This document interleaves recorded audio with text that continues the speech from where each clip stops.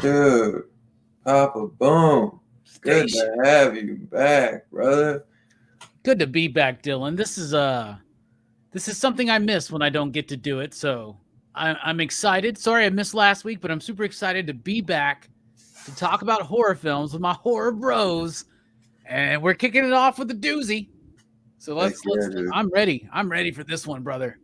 Heck yeah, man. Verno, my man, co-hosted with me last week, and Steph joined us, man, and it was a great time. But as always, man, you know you were sorely missed. You know, it felt like a gaping hole without you, man. And you know, I've never been compared to a gaping hole, but thank you. You sure? But man, yeah, good to have you back as always, man. You know, this show can't get done without you. Fucking just great to have you back, man. You were sorely missed, no doubt, man. Well, thank you. But speaking of the amazing, awesome co-host I had last week, we got Verno in the house, man. This is how gaping that hole was, Robbie, without you. Oh, wow. That's the type of gaping hole. You fit a couple fists in there. Good stuff. Glad to be back, man. Dude, always glad to have you, man. And I know it's been crazy. You got a new job as well, and they've been running you ragged. Been running me ragged, man. I actually got out early today, so I had time to watch this again, just to make sure, because honestly, I kept fucking falling asleep the first time, so I wanted to make sure that my opinions were where I thought they were, and they pretty much are. I watched it like twice yesterday after work, because that's like, and then I was like literally trying to watch some of it on break, and just to like kind of get a vibe of the movie. But I tried to watch it when I got home today, but I kept falling asleep. It'll do that. Man. Have they been having you work like every day? Every day, dude. Every day. Damn, bro. Right. I work tomorrow, dude. This will be the 7th day in a row. Early? 8:30. Sounds which is 2 hours later than normal. So it's like it almost feels like a day off. I'm stoked. Right. Yeah, dude. Sounds like you got suckered, Verno. No offense. I did. I got plans. I got escape routes, man. We'll talk off air. But we also got some more awesome guests, man, and I can't wait to introduce them. We got my man, Fable, the mighty Fable. What is going on, fellas? Yo. Dude, great to have you, man. You know, it's always awesome to have you. I can't wait for next week, too, man. I know you're going to be there for that one, and you guys will find out what we're doing at the end of the show. But talk about gaping holes. Yeah, right. Oh, it's the bit of the night, man.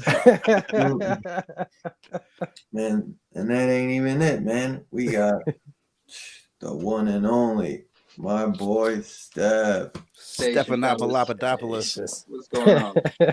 Dude, great to have you, brother. Yada yada yada. So glad Gaping you hole. can make it, Steph. It's The Rock. Dude, straight up, man, like I feel like the show is never the same unless I got all y'all fine gentlemen right here, man. Y'all are the best, man. Always love it. Man, so I got one more guest. Y'all ain't even know about this one. He wanted it to be a surprise for the first time ever. Straight up, my man, Brandon. Yo, station. I'll see you guys later, man. Thanks for having me, Dylan. This was fun. Yeah, I'm out of here. Verno stole my bit. Hey. What up, Brandon? Yo. Station, brother. Wow. Yeah. And to answer Robbie's next question, I watched the.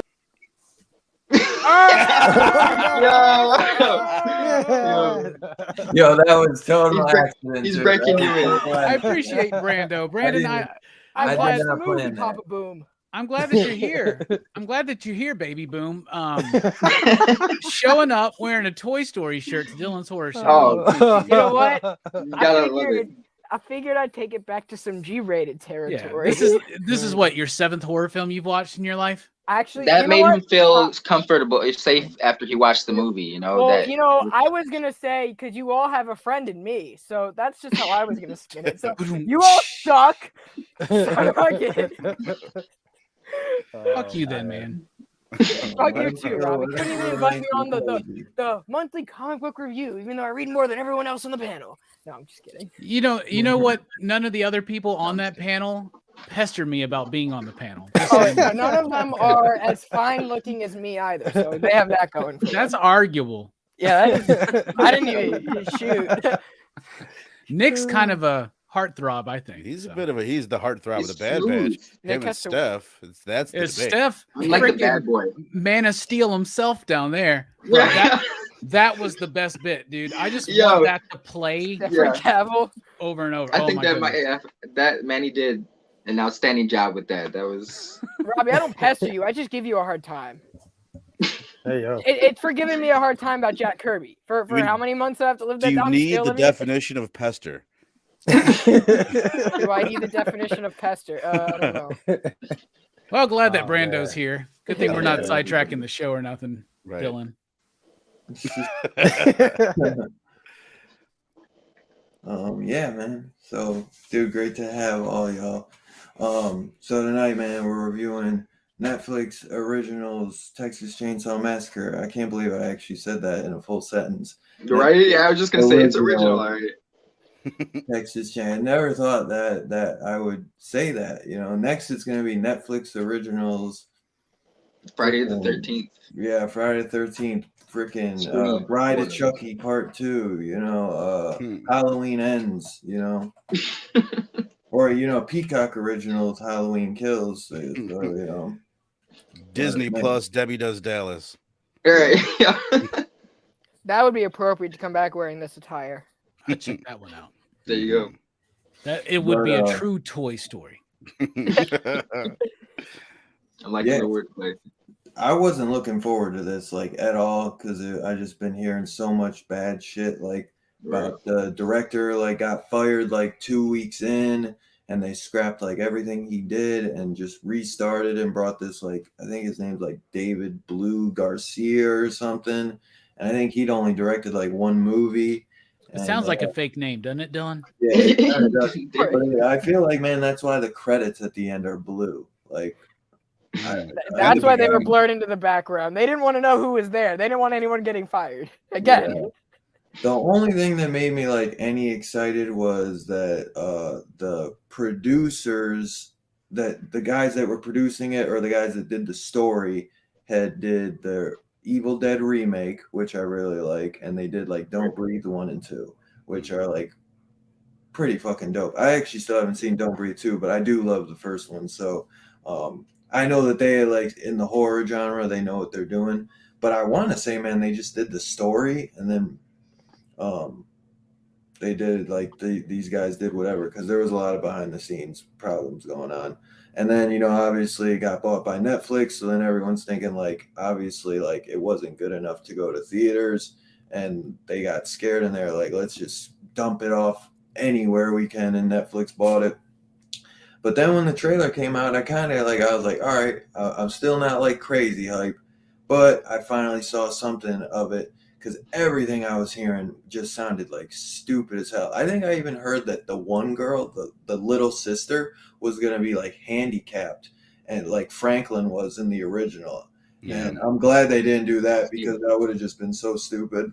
Like, and by the way, right, I'm assuming spoiler warning for the movie. Oh, yeah, tonight, yeah. We can't really fully discuss this film without spoilers. So yeah, major spoiler warning. if you don't want it spoiled, yeah, there's nothing worth being worried about. Don't tune out if you haven't seen it. It's fine. I was gonna say we're gonna give you the best parts. Right. I feel like I don't know. I was texting Steph earlier, and I was like, "Yo, I'm like pretty new to horror, but this feels really cliche and tropey to me."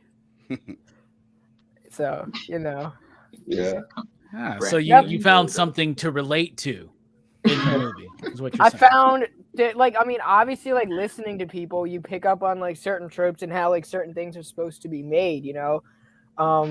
I mean, but again, like the few horror movies I've watched, actually, when you talked to me about that, Robbie, I was like, I don't know, Jaws, Alien. You're like, oh, those are dope, and you wanted to talk to me about it. I was like, I don't know.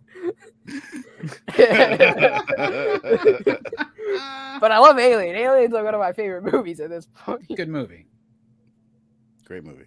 Yeah, I know, that's one that Brandon wants to come on for, and one day we definitely will review Alien. I bought like all of them, all the originals, so I definitely had already planned to review those at one point. I think Fable wants to join. I know me and Steph have talked about doing that.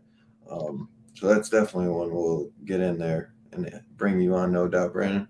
But yeah, man, I'm gonna go around. I'll do last my like thoughts and everything.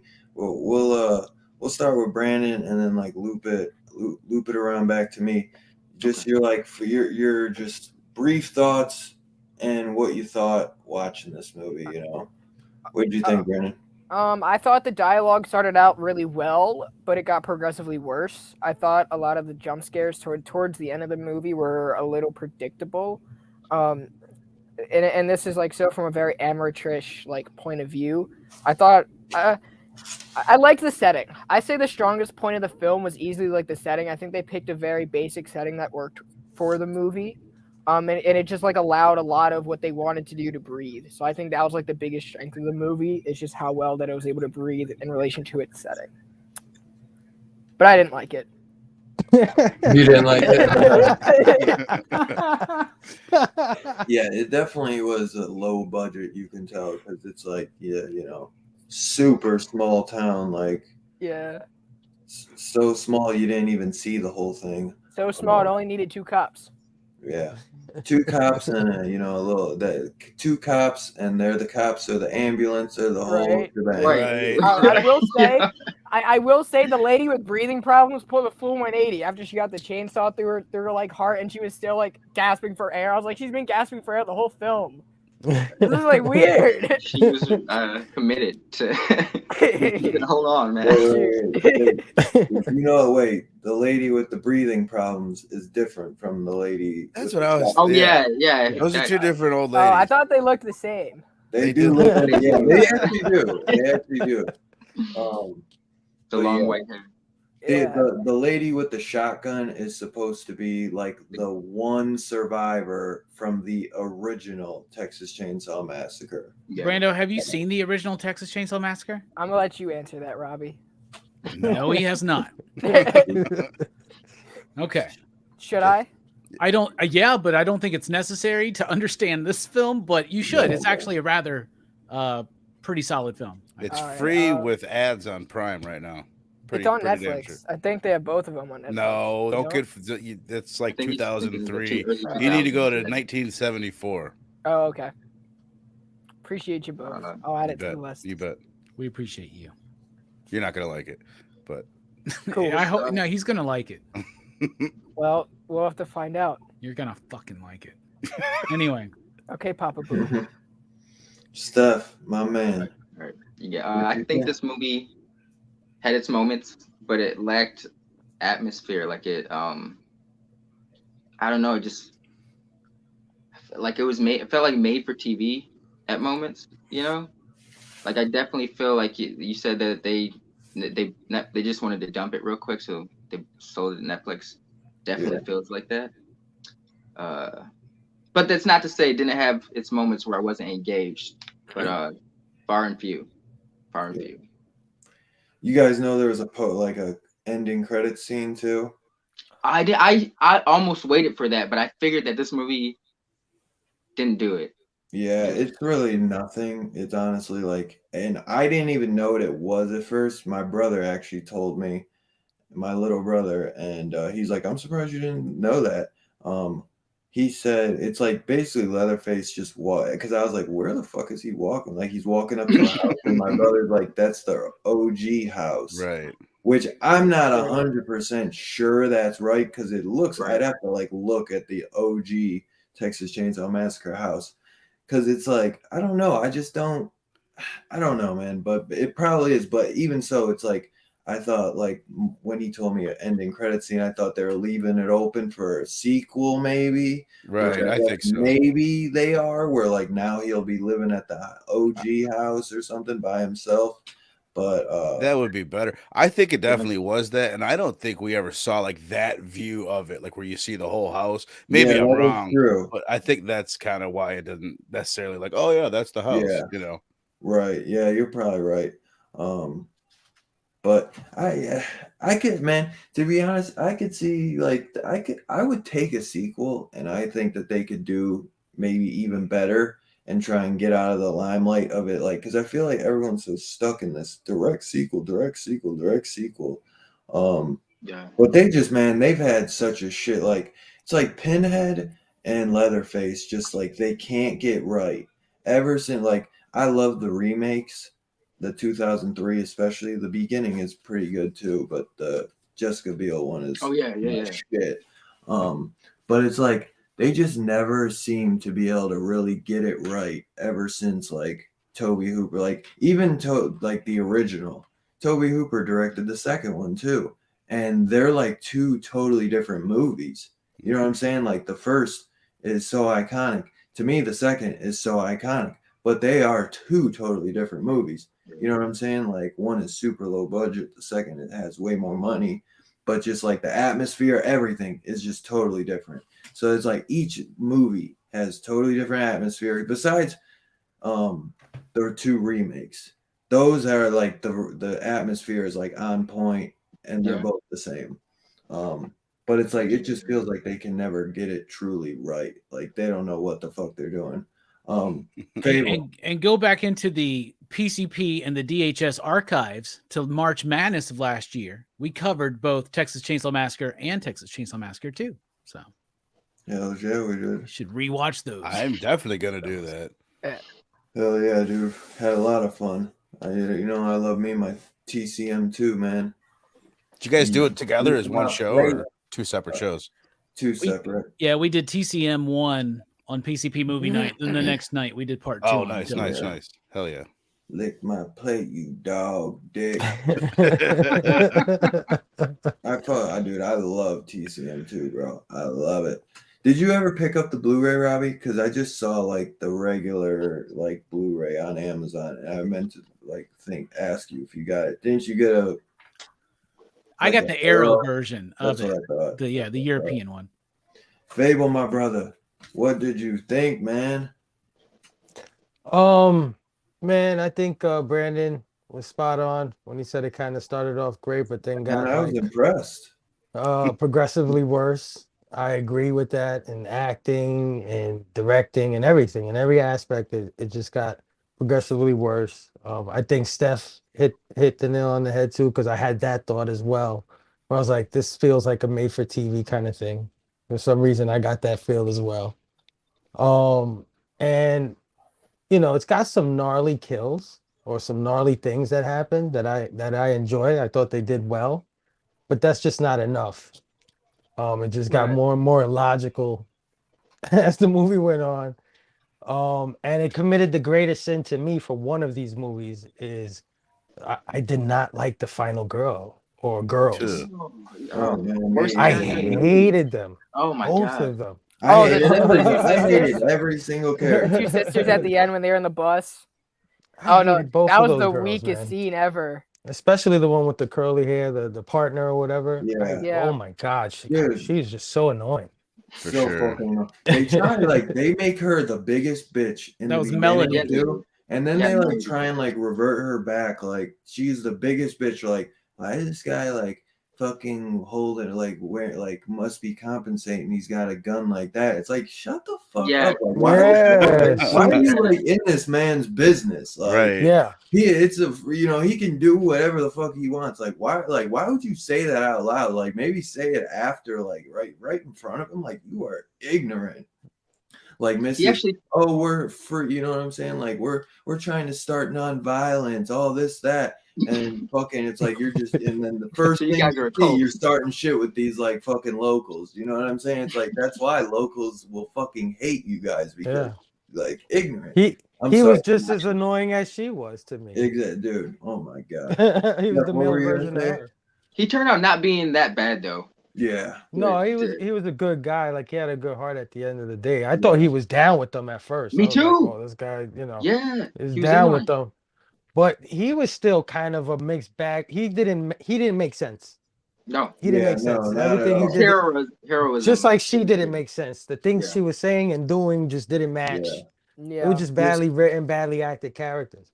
Just seemed to be like another guy to kill, and then like another and then another way, because with him and all his gun stuff, a way to connect the little sister to what she'd been through in life, because I guess I forget what Right. she said, but she was in like High a school school shooting or Right. something. Right. And that's how they connect her and everything. You know, She almost like tried to isolate her problems just like to be the main character. Like that's the reason why, like I said, the beginning was so strong with that car scene. It's because like all the characters there kind of felt important, but then it just felt like as the film went on, they were almost like just really disposable in my mind. Yeah. Yeah. They definitely were, man. They like, dude, I did not care about one of these characters, man. And in a way, Leatherface was the best. Leatherface was the only one I cared about. Mm-hmm. And I guess in a way, like that's all that matters, because they're all gonna, they're here to get murdered, and it makes it like easier. And then especially it makes it a whole lot easier when Leatherface like almost had the right. And just kind of like in the way in the OG one where like, Texas, like you come on their property, they kind of have the right to fucking blow your fucking brains out. And in a way, that's what like all Leatherface was doing in the OG one, was kind of like protecting his home when all these randoms are just like coming up in his house and shit. That's one way of looking at it. Yeah. But they make him a little smarter, man. Like Leatherface is supposed to be kind of like a scared baby, like with a hammer in his head or in his hand.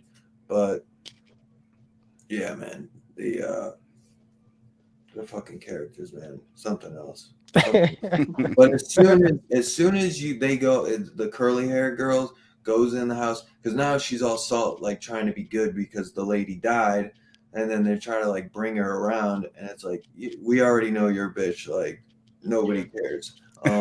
But then she finds out that the Dante guy, he didn't have the deed to the house, so they were trespassing on her property, and they kicked her out of her own house. Which was super fucked up. And I don't know how that got past like the cops. You know what I'm saying? Like why? At that point, it's like just show them the deed. You know what I mean? Right. Like, It was so dumb. Yeah. I was just so dumb. Like the whole, everybody was like, you killed her. Like everybody tried to make everybody feel guilty for her death. Like, no, she was obviously dying. Like, Yeah. what are you talking about? Nobody killed her. Right. Yeah, you might have taken you might have taken like a week from her, like a month or something, but she was definitely dying. Right. Right. You know what I Yeah. mean? They as soon as they grabbed her, she threw up. I mean, come on, what the heck? Like, you know what I'm saying? I mean, don't But, y'all? Like when someone grabs me, I just blow chunks. just throw up randomly. It's a defense And then- mechanism. Yeah. And then it's tell like, you though, man. oh, did we just throw her out her own house? And it's like this guy all of a sudden is like, oh well, all the deeds were in process. Like, oh, shut up. Yeah. Oh, be quiet. What a way to, like, you know what I mean? It was just so dumb. Yeah, I mean, he was a total asshole about it too. Where like he's like, you ain't got like you don't got the goddamn deed or something, and then like acting like she's being racist to him, and he's basically like, fuck you and shit. Like, and they're all just ignorant, man. Like, all the characters were irritable, to be honest. Fuck yeah. Especially the main four, if you could even call it that. But yeah. and That's then a cult. why? Yeah, right. Sounds straight like up, a man. cult. Yeah, that's a cult. Yeah. I mean, As long as I get paid. That's a He was cult. the best character, bro.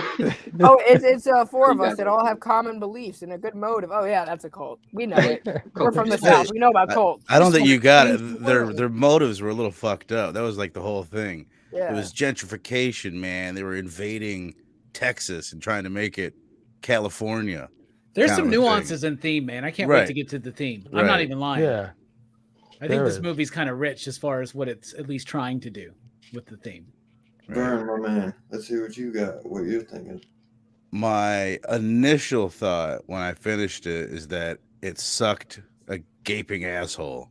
But then after I watched it again, I thought it just kind of sucked pretty No, bad. Right. Not necessarily, maybe a normal asshole, but it did. The cinematography was pretty solid. It was a well lit movie. The characters all were awful. I didn't like the setting. I couldn't stand the setting. And Robbie, Dylan, you guys might know, is Harlow, is that town like, I don't remember Texas Chainsaw Massacre 2. I know it's not part of 1. Like, what does that town have to do with Texas Chainsaw Massacre? Do you guys know? Is Harlow part of anything? Not that I know. Yeah, so that was annoying. I was like, why the hell are we here? I didn't like the idea. We all hated the characters. They were all terrible. And I just didn't like the idea of the movie in general, just the tone of it. Steph, you mentioned like the atmosphere was wrong. And like that was such a big part of the first movie, is that the creepy, like what the fuck is going on atmosphere, the slow shots of like the bones and just like all this creepiness, and that just wasn't there in this movie at all. Super So flat. Yeah.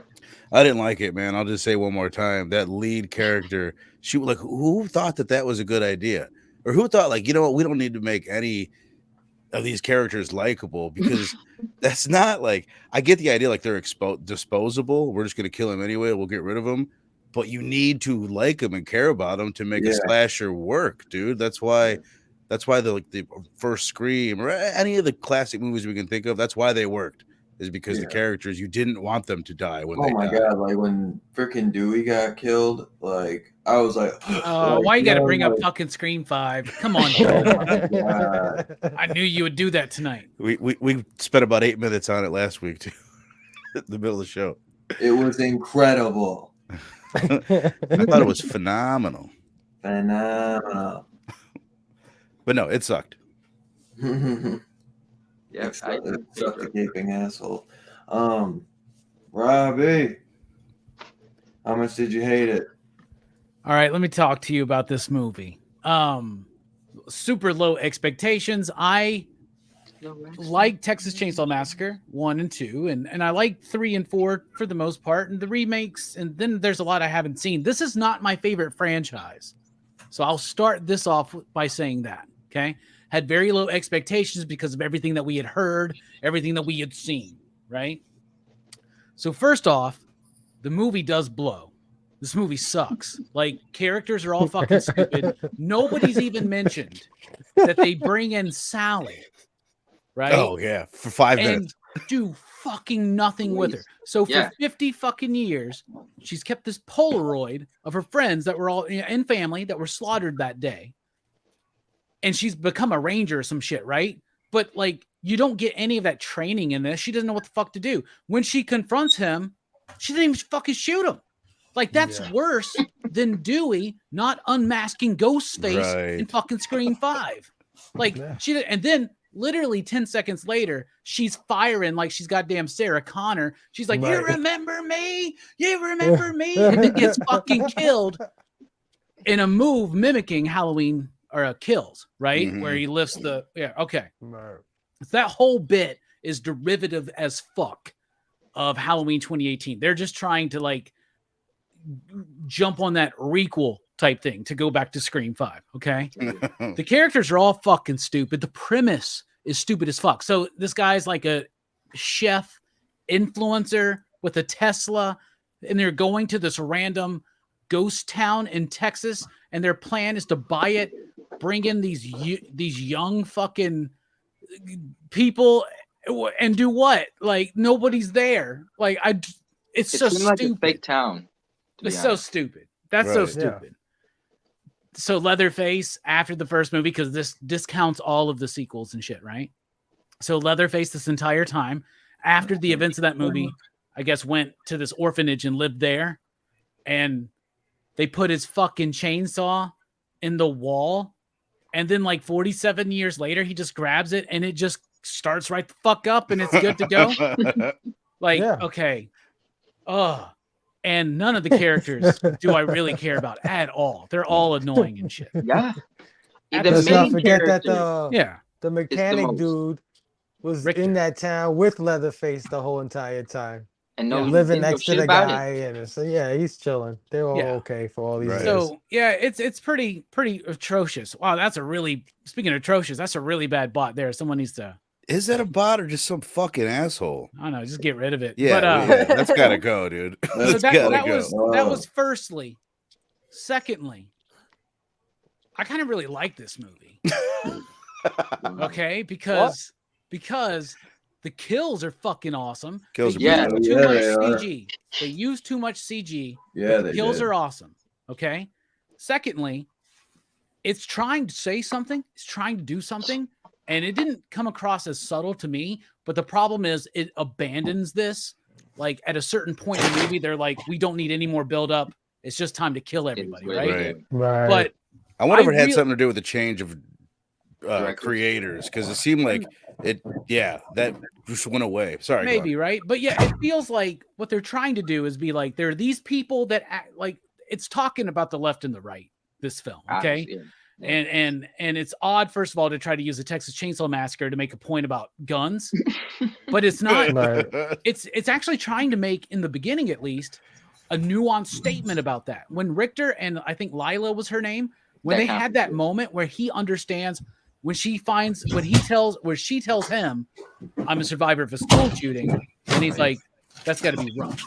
Right. And then she has to use weapons to defend herself. So it's actually trying to do this thing, I think, where it's also pointing out the hypocrisy on both sides. Right. And how we need to all just get over this fucking divisive bullshit. It's trying to do that. At a certain point, it just lets it go. Right. I think the whole like weirdness of the film and just like how much we don't care about the characters and just how it completely deviated from what it originally set out to do was a big distraction to that. You know, you make up a really good point, but I think that's a huge underlying factor that should have been put to the forefront of the film. Oh, 100%. This movie sucks. Okay. But here's the thing. But you just said you liked it. I do.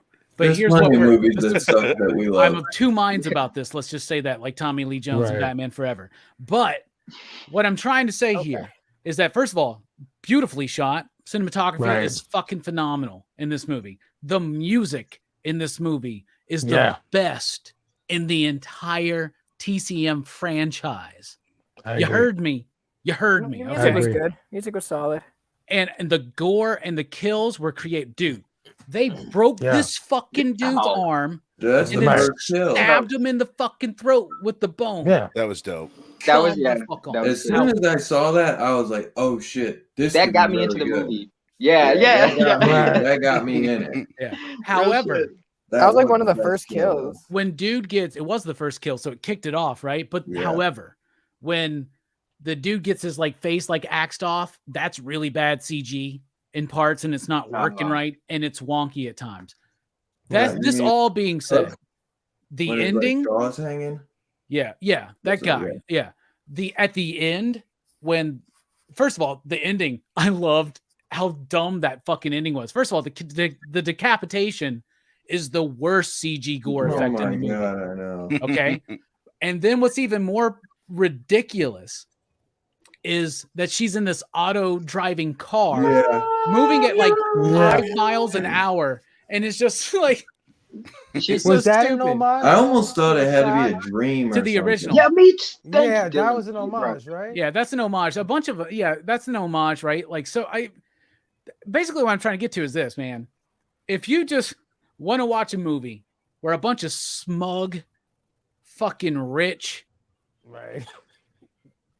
woke fucking 20-year-olds just get fucking slaughtered, Woke warriors, baby. there you fucking go, right? Yeah, No, those it's could have shot- been my classmates, Robbie. Watch what you say. No, I get what, but I mean, this is horror films, bro. This is horror films. This is fantasy, okay?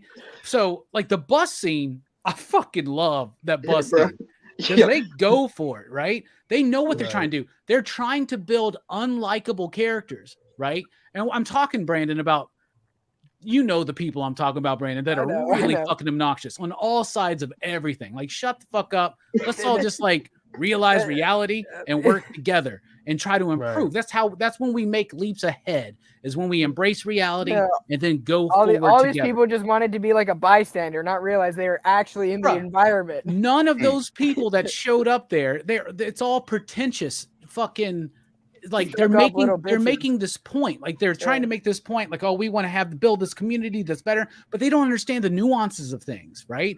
And they do that with that the little brief of a relationship between Lila and Richter, right? Like, and even when Dante or whatever his name was is like dying, as soon as he realizes that, you see that, right? And that's what real life is like when you see people together. And you see somebody in pain or somebody that's hurt, like we reach out. You get what I'm saying? So like, it's trying to do that. It completely fucking loses it, right? But it builds up these characters that you don't like so that you root for them to die. Because the way they went about the gore, they're going for a certain type of thing. They're going for people that just love kills and splatter. And as far as the splatter goes, this movie was pretty freaking satisfying, even overly using CG. At the same time, it's dumb as shit. This may be one of those movies, like 20 years from now, that's like one of those really bad fucking movies that everybody could love. Because I think if you let go of the idea of, first of all, what the fuck are we expecting from a Texas Chainsaw Massacre? From Netflix. It has to have a massacre with a chainsaw in Texas. Years, we can have Netflix. Like, right? Is Netflix going to be in 20 years? But there's never been a TCM film with well-developed fucking characters. Right. Like, never. You just need one likable one at least. You know what I mean? There could be a couple that you hate and you root to die. That's the problem. You need one. If I want to restructure this film, I keep Richter alive a little bit longer. And it's him and Lila towards the end, right? Like, they killed him too quick, I think. And I think they killed some of their main characters too quick, right? And they jumped the gun. The hot blonde that died first, she might have been the most likable, but we didn't see much of her. She's the traditional last girl, but they didn't even want to, like, no, we can't even make the final girl sexy. Here's the question: did they do that on purpose, or did they walk into it? That's what you know what I mean? Because if you're telling me, if you're telling me that it was something that they were conscious of, then I could see the genius in, like, maybe a few years somebody be like, no, that movie was great. You just didn't understand it. You know what I mean?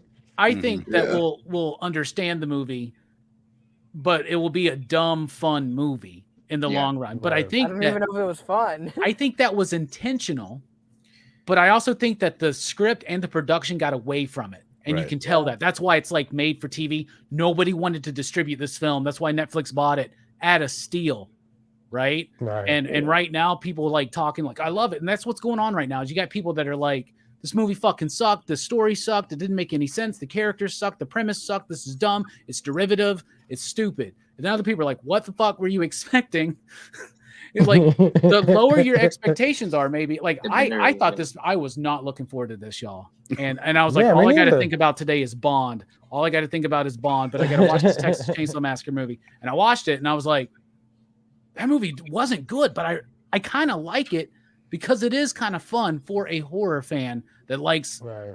gore and all that shit. Everything else sucks. Like Leatherface, I thought Leatherface was, this is such a stupid fucking idea for Leatherface for me, but I don't know. And I didn't like the look either. But No, anyway, I've been I didn't rambling. like his look. But I get everything what y'all are saying. This movie does suck, but I have a lot of fun watching this shitty movie. Yeah, they Yeah, have some gnarly parts in it that you can definitely appreciate. Because, Right. like you said, when he bent his hand and stabbed him with his head, I was like, "Oh, is this when how that this is dude's leg going?" gets broken, You know, that's Yeah. pretty dope too. There's a couple of kills like that. The shit on The her sound head is pretty effects were dope. really good. Yeah. Yeah. I was waiting for someone to be like, "Girl, you smell like shit." Dude, she goes out this bus one with all these said people and no anything. one says anything. They It's were like, just dude, like, like, what the And then fuck? on that, they're She had like tight. sewer, They're like all tight up in on her. that bus.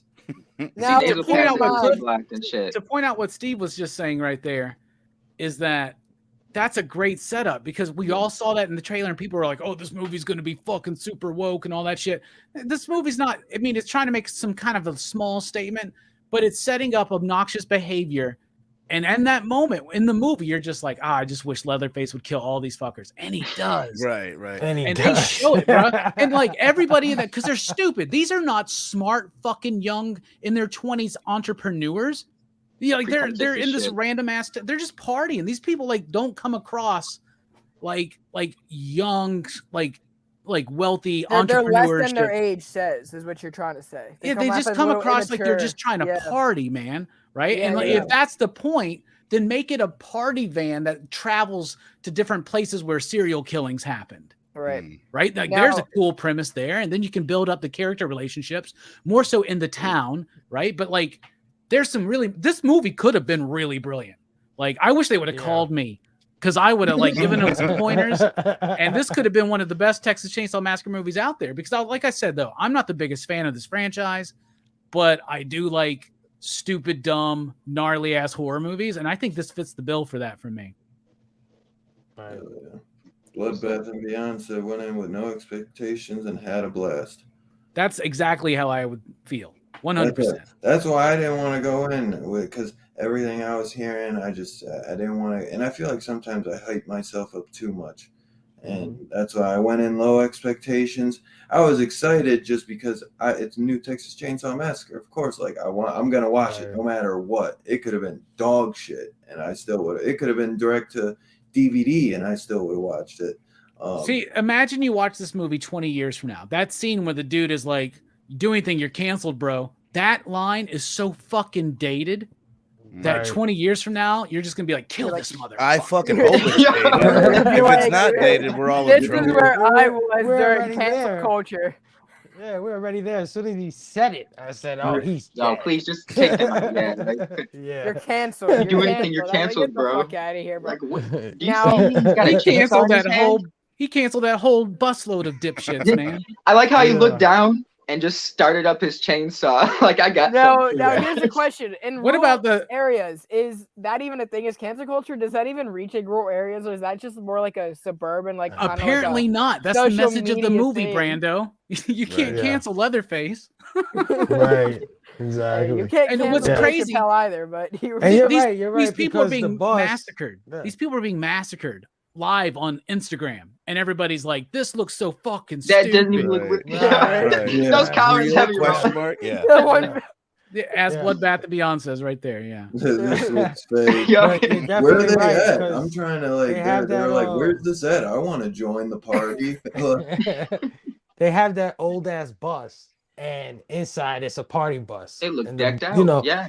Oh, right? It that's was like- crazy. So it's like you're right. It's like pretentious. You know what they would do? Like take this Right. old ass bus, classic bus, and of course it's a party thing inside. You know. It's like what I they thought said that they was kinda wanted weird to. too, though. They wanted to keep the town like, no, we want to keep it rustic. It's just like faking that it's Right. actually, oh no, we're old school, we're rough and raw, but it's like, no, we're not. motherfucker, we're modern people. We're bougie. Hipster, bro. They were We're hipsters like at their that. finest. John Carter, Oh, though, man. he's like, he canceled No. them all. So Yeah, they he thought canceled he them was all. going to get canceled, but they got I will say I got distracted a lot during this movie, but like again, like we were kind of saying, like that first kill, that was like something that really brought me in. Like I'm not one who's like big on gore. I think that's why I try to avoid horror films. I'm just trying to branch out, try new things. So I didn't have any expectations, you know. I really don't know how these films go, but I mean, some of the kills were entertaining. It brought me back in where I was like expecting, like, I'm gonna start reading. I'm gonna put this on the back burner, hop on it, and trash talk it. But there were some interesting aspects that were covered in here, so I appreciated it that way. Yeah, and the thing is, you know, like me and Dylan, and especially some of y'all here too, we're all like, we're efficient. We love this shit, you know. So like, there's certain elements of it. Like, it depends on what are we expecting. If we're expecting like is Blood Diner a good movie, y'all? Because 2 weeks ago we were singing the fuck out of It's Crazy. You get what I'm saying? Right. And you're right, man. Bloodbath and Beyond is an amazing fucking channel. I watch them very consistently. So it's an honor to have y'all on the channel. They're one of the best horror channels out there. So. I agree 100%. But we're not just sucking up, man. We're not just, you know, fucking gaping assholes around here. But gaping holes. Nice to meet you guys. I don't do horror. I mean, Texas Chainsaw Massacre Part 2. Let's be honest, man. That's not a good movie, man. That movie is so much fun.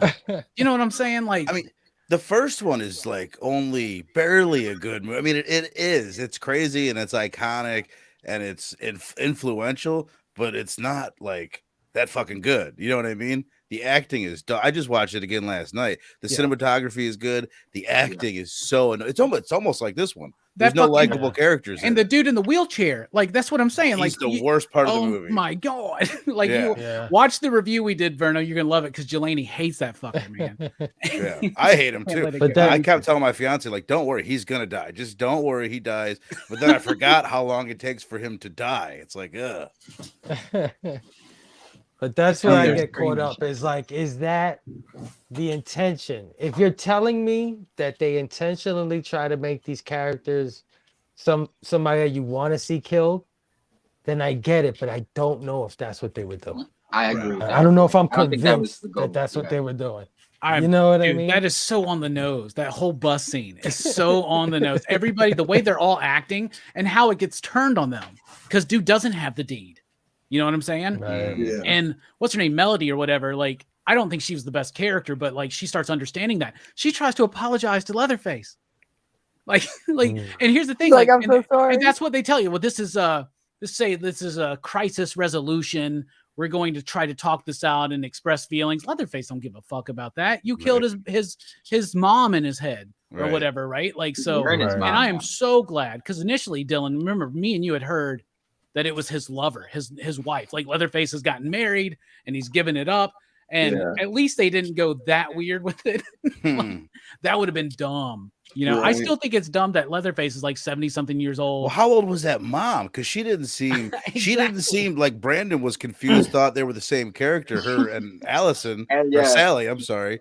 It's because they looked pretty similar ages. So it's like she's not that much older than Leatherface. It would have been. I was like, they both have wrinkly skin. They both had like gray hairs. Like those little subtle aspects showed age. You know, I was like, you know, maybe they're pulling a May Parker, and it's like she's actually like 32. And still take Sally out of this movie completely. Ignore all that. You lose the claims of being derivative of Halloween 2018. And you can then develop out these other characters a little bit more because you're right. Some of them should be likable to really make it something that like that you enjoy watching, because this is something honestly that you just watch because it's a part of the franchise and it's one of the more fun ones because there's a lot of cool kills, you know?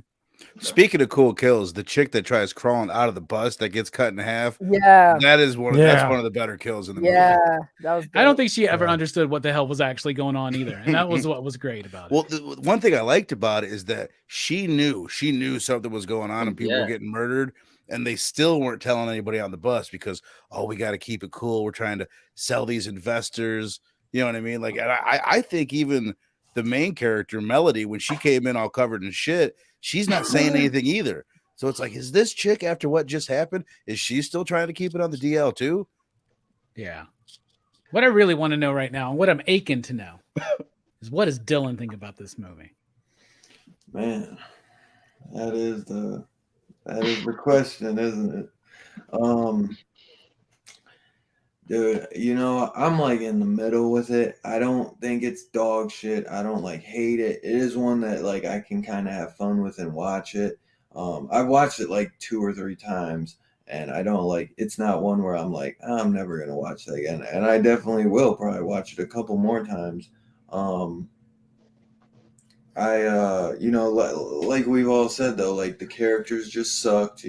It would have been nice to have at least one character that you could really like, kind of be like, like if you think they're about to get killed. Like the only time I did that was just more like, damn, like like Leatherface fucked him or her up. You know what I'm saying? Not like because I'm like, oh my god, he was so cool. Like I didn't give a fuck about it. The only time that happened was when the old lady died at the beginning for me.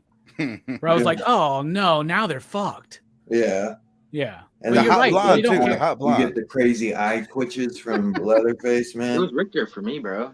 At least he brought back, I like Richter too, man. My brother I thought Richter might have been a part of the family, of the Leatherface family. Because like I would have liked that if he would. That's what I thought. He could have been a cool like hitchhiker character, That is one thing that they missed in this movie is that Texas Chainsaw Massacre above and beyond about family. Right. Yeah, it's like Vin Diesel should have been in this film.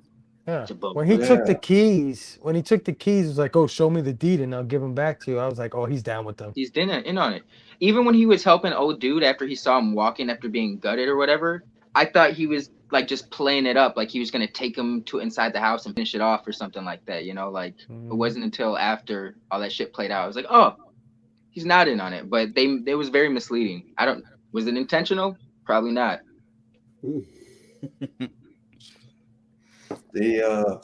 But yeah, man, for the most part, I thought it looked shot pretty damn good. Like it didn't feel like the director didn't know what he was doing. The only thing is just like some of the set designs just didn't feel like Texas Chainsaw Massacre, I guess. But I mean, in a way, like what is the Texas Chainsaw Massacre? Because every one just kind of feels so different.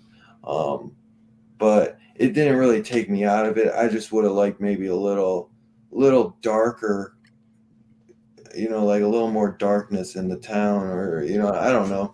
But I still thought the gore was incredible. That's my favorite thing about it is the gore. Leatherface. I'm glad they didn't like keep Sally Hardesty like in it forever. Like I know, because as soon as I saw her, I'm like they're totally like mocking or trying to recreate Halloween Kills. So I was kind of glad that they just took her out. She was in the movie for like 10 minutes. I mean, the movie's an hour and 20 minutes. You know what I'm saying? Like, at least it has that where it's not like you're dragged out. It gets straight to the punch.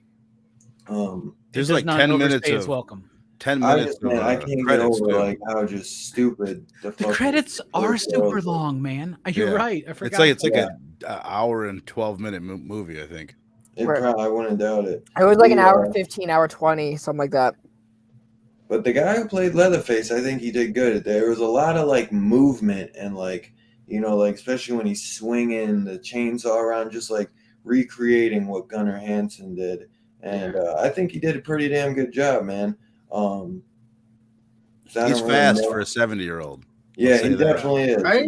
He's way too like in the swing of things.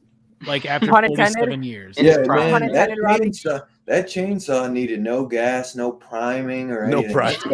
A couple of plugs. How stupid is this? Because I don't think this was intentional, but this is one of those movies, like if this was intentionally bad, which I don't think it was, but like this would have been brilliant. But this moment was so stupid. But there's the chainsaw uppercut that she does at the end on him. It's like straight out of Mortal Kombat, man. Like above you. Yes. Oh my god! Did they really think that was gonna kill him? Like a chin shot? Like I was thinking too. I was like, this movie gonna end this cheesy? Like surely he's got him like it's traditional. One more, and when he grabbed her out of that fucking car and cut off her head, as dumb as it looked, and as dumb as the whole moment was when she's like, dope. Oh, no! I fucking loved it. I was like, fuck yeah, Leatherface wins. Let's put it on auto drive. I mean, I think like you just hated all the characters so much you were rooting for Leatherface just to kill everyone. That's the point, man. Yeah. Okay, 100%. I got it then. See, like I said, I'm the new. How about I instead think that's of the like point. driving out 5 miles an hour, I'd have been like going 120 out that motherfucker. I think Yeah, the I would have biggest hopped in flaw the front was- seat, bruh.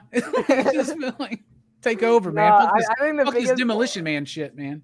Yo, I think the biggest flaw was when she was getting like that pipe like poured on her. She comes in, she hugs her sister. I was like, I don't give a shit what you just went through. You smell like that. I'm getting you the fuck away from me as much as I possibly can. It's probably because they filmed that shit, and then in one scene, like, what if we just had like a bunch of shit dump on her, right? Like Argento did something like that. Let's do it. Oh no, yeah, we need some effect in here to like signify what she went through. Oh yeah, bunch of shit. Go for it. She's under her house. What else could it be? Shit. It's a lot of shit, by the way. It's like nobody's pumped that shit. Yeah, it's like no one that's has the thing. cleaned out That's one that of the things house that makes in the years. whole premise is stupid as shit. Like I think it's got to be intentional. These kids, for lack of a better term, are so fucking stupid. Like they're going to this town to buy it up and like make a paradise and make money. To who? Who's gonna buy your fucking gourmet fucking, like artistic fucking shit? Like, are you gonna have an art studio? Who are you gonna sell that shit to? Like nobody lives there. I've never heard of rural gentrification. You know what I mean? Like that's not how it works. Well, apparently everybody on that bus was down. Like they all looked happy. They were like, "Yeah, we're gonna make some money here." Yeah, I think they're just young, rich fucking kids with like to them it's a party. Like I was saying, none of them strike you as the people. Yet the one mechanic will buy all the art, and he spent a lot of time just fixing his tire, like all goddamn day. He's just working on this one fucking tire. Like, what are you doing, bro? Like, I don't understand. Like, did you fuck up by like doing that weird, like, because they do set it up when he comes across them like that, you get a sense that he's going to be kind of like that brother character in the first movie or whatever. But I don't know, man. This movie's dumb as shit, but I like it for being dumb as shit. But shit, we lost Steph, man. Where'd Steph go? Yeah. Oh shit. You must have dropped out. I didn't even see. Hey. Yeah, who's going to Harlow? Nobody's going to Harlow to buy. Like, who's going there to get some goddamn gourmet fucking veggie wraps? You know what I'm saying? Like, I feel like those veggie wraps are why the sink was so clogged for the pipe to spill on her like that. That could have been it. A lot of fiber in veggie wraps. Exactly. Especially those ones. But yeah, man, so I guess I kind of would say I liked it, and I didn't. Like I'm mixed on it, but I think I gotta listen to the music. I wouldn't say I hated it or anything. It was good, but I'd like to hear it now that I'm hearing Robbie say it's the best ever. I think it's the best music in a TCM film. I really do, man. You can find a couple bits isolated out there on YouTube. I would encourage you to check them out. It's the music. We'll talk about that. There's definitely some really great scenes in it, though, man. And Leatherface is obviously the star of it. And I wouldn't mind seeing the guy come back and play him again, to be honest. Yeah. Maybe now that he's at the OG house, we could, if we got a sequel for it, we could get something like better with better characters, saying like I would even take the same director, and maybe just from the jump not have all the problems that they had, and maybe get it, like not all the behind the scenes bullshit. Maybe they could have had a little bit better character development in the next one or something. I don't know if there will ever be another one, though, to be honest. I want a direct sequel to Texas Chainsaw Massacre 2 set in the modern day, but Chop Top lived. Yeah. And it's a Chop Top movie. Let's do it. Dude, he definitely would have lived. Bill Moseley would totally do that. Dude, Wait, Bill Moseley. That name sounds really familiar to me. He played Chop Top in Texas Chainsaw Massacre 2. Is that what you were thinking, Brandon? No. Not at all. Not in the slightest. Me neither. Lick my plate, you dog dick. He played one of the heirs to the fortune in Repo the Genetic Opera. Bill Moseley, he's a good actor. He may have been on like a con guest list, and I just like didn't even notice. Oh, he would definitely be on a con. Well, I met him at a con last year. Yeah, he goes to a lot of cons. Yeah, that could be it. 90-year-old Leatherface, let's go. But yeah, he's probably that old lady was probably like 110, and Leatherface was like 90. 90-year-old Leatherface will still be jacked. They should have made her look older. Like it would have sold a little bit more. She That's the Probably. thing. she I'm wasn't old wondering. enough. So She was looked she? Leatherface's age because he's supposed to be in Yeah. his 70s. He's like Exactly. 70 something. How did she come in contact with him? Like, because then he lived with his own family, Right. or I was guess she the idea is part of his that family. family?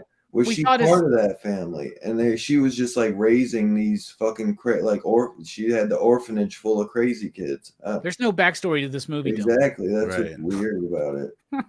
It's true. They should have had some. What did the dude do in the original one? He's like sucking the finger and he comes back to life and everything. Like, yeah, they should have done that with her.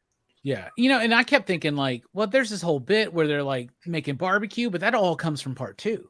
Like, and like in part 1, there's nothing. Like, it's just a fucking house of freaks. Like, they just walk in someone's house. Like, don't walk into someone's house, especially in Texas. Right. That's what my favorite thing about the first one is the way it keeps building and getting weirder and weirder. It's like, oh, there's a whole family of weird people. It's like, oh my God, this grandpa's coming back to life. It's like it's wild and shocking. Like this didn't have any of that vibe at all. Mm-mm. Off topic, but I love Otis too. I know all about what you want to know all about. Fucking love that movie. I was gonna say, without Texas Chainsaw Massacre, we don't get House of a Thousand Corpse. We don't get like the Devil's Rejects. That's all that. Like I've said before, that's the remake that Rob Zombie should have done at that time. Not Halloween, but Texas Chainsaw Massacre. Right. Well, he already did. Cool. You know what I mean? I know. That's what I'm saying, man. That's why I talk about derivative. And I mean, I know that one day Dylan's going to do the Rob Zombie fucking spotlight. It's coming. And I'm ready for it, man. I'm going to go with an open mind and a gaping hole. Mm-hmm. Dibs, yeah, I'll be there. Don't worry. I'll get you all lubed up and primed.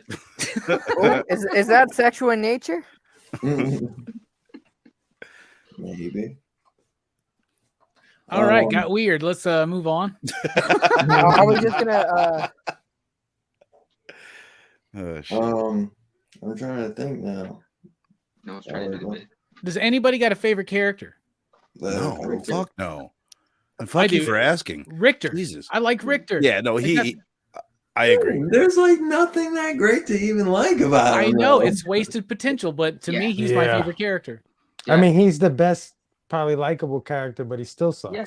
Right. I mean, well said. At least he goes out trying to fight.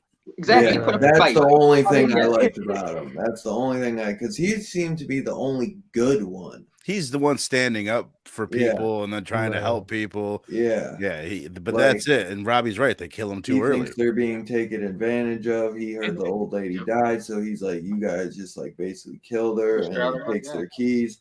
Yeah. And then, He's set up immediately.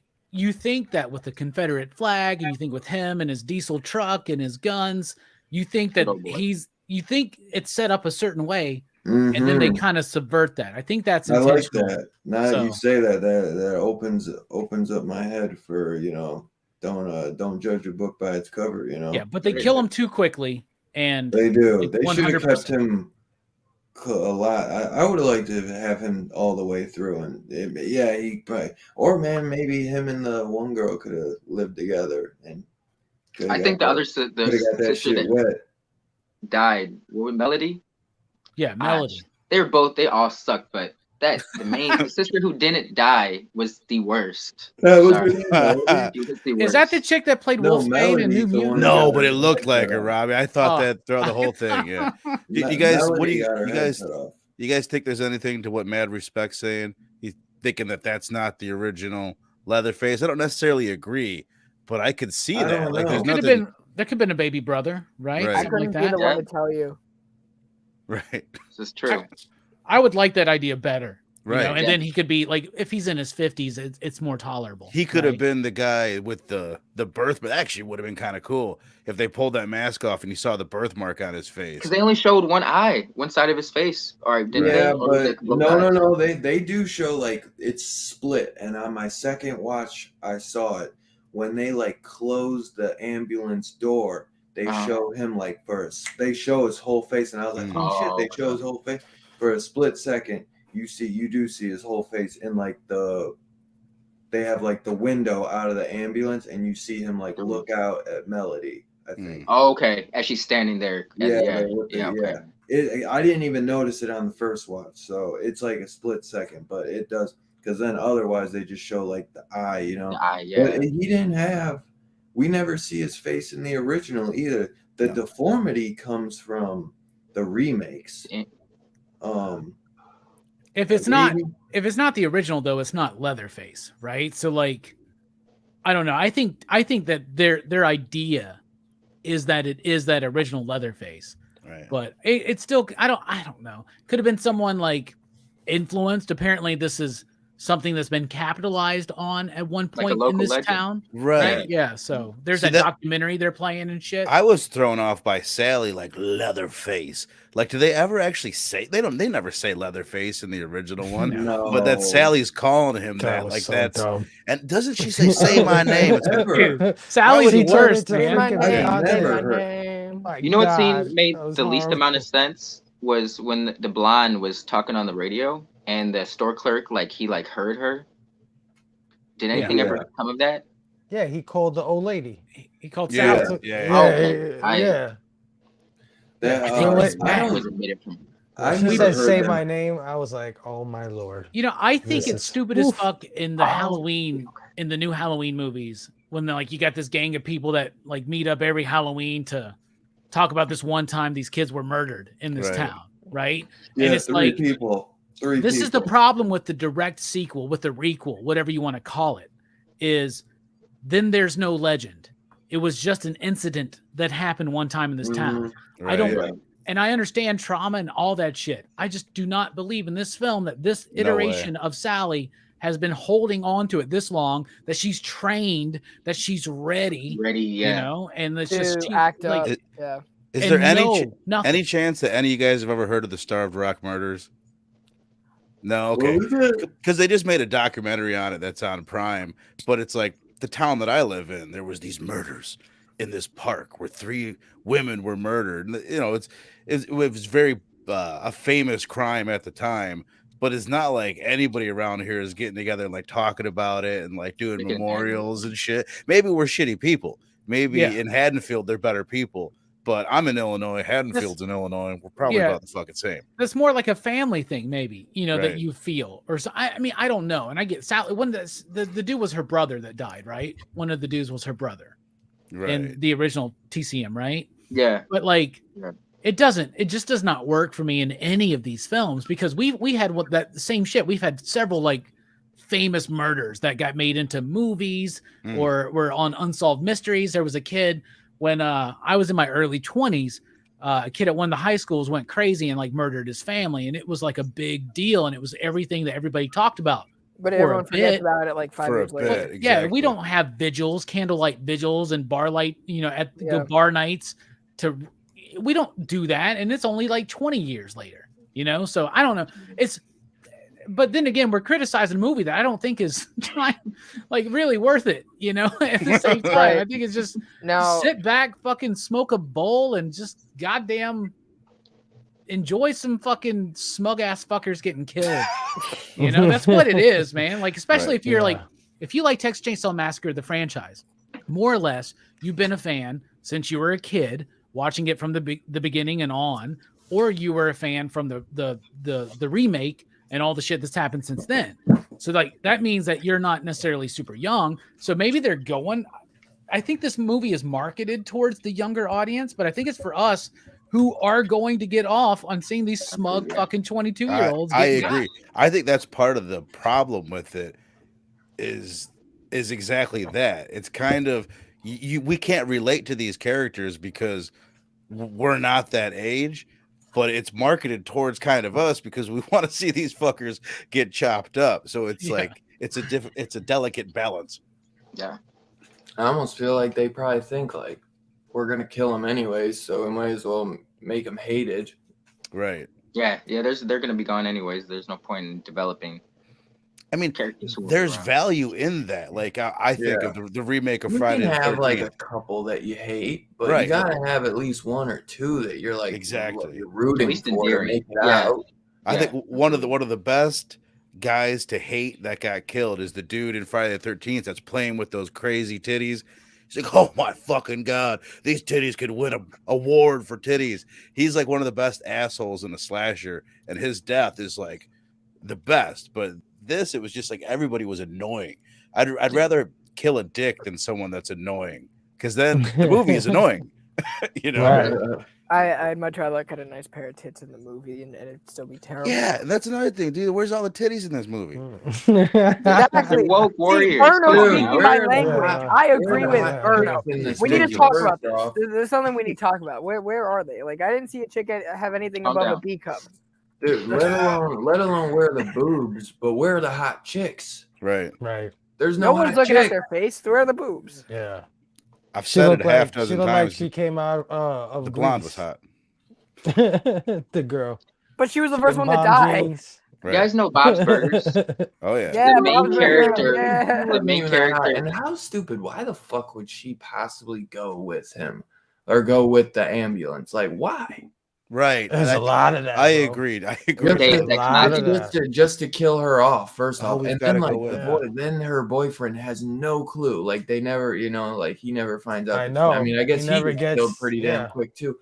And Mhm. then at first I thought they killed him off screen, and I was like, that kind of sucked. And then all they do is just he gets up, walks into the rain, and then you see his jaw, this crappy CGI jaw hanging off, and Yeah. then he's dead, which that was kind of like a waste. Oh my goodness. Shit, Dylan, you okay? My fucking thing almost broke, dude. The armbar, bro, just collapsed. I gotta Because know, I Steph. guarantee What Perry were you would have gonna clipped say? that shit out, man. Perry would have clipped that shit out if you would have fell, man. What No, about thank Bob's God I didn't Burgers? fall. I Oh almost no, broke my elbow. the final sister. She reminds me of the one with the glasses, the annoying, Oh, okay, just yeah, like totally. live action version. That's she Tina, just gave me those blah, blah, vibes. Tina, yes, She's got those vibes. Yeah. yeah. That's funny. That's like a Bueller fucking comment. Like 0 0 out of 5, no titties. I agree. I'm right That's there something with ya. lacking in the entire franchise, I think. In my Right. opinion. Yeah. I was There's no the titties middle in the 'cause of first one. Gore. My fiance pointed out last night that Sally in the original, she keeps saying like, well, she's got fake tits. I'm like, fake tits? How can you tell? And like, we're sitting here studying her titties. She's running and they're not I flopping. studied tits, I'm too. Googling when was the first boob job. It turns out it's 1962. And I'm like, it adds up, man. Sally's got fake titties in the original. Oh yeah, they couldn't have done any of those Bond Probably films got a without fake butt, fake too. breasts. So good movies need great tits. # confirmed. Well, good I horror. mean, movies. Come on. Slashers specifically. Yeah, after all this no titties talk, like I was thinking, like I was They need in some the handsome middle men because- too. Okay, we're not trying to leave anybody out. Like they need some handsome men too. Okay, That's why we have Steph which, here. to be honest, Richter Yeah, throw me would in be. Right. Yeah, I mean, Yeah. We got Jeffrey Cavill right here. He's Come perfect. on, man. Like I like my titties, but Robbie needs a little dick in his life. Come on, like you guys could have shown Richard's dick. Oh, we could clip that. You know, one. sexuality is a spectrum. Totally. Yeah, man. And Robbie's a switch hitter. I don't Yeah, care what but y'all offensive. think or what y'all say because I'm comfortable with Yeah, he's my comfortable. life and my gaping holes. Okay. Gaping hole. I knew that was coming. Yeah, every time we get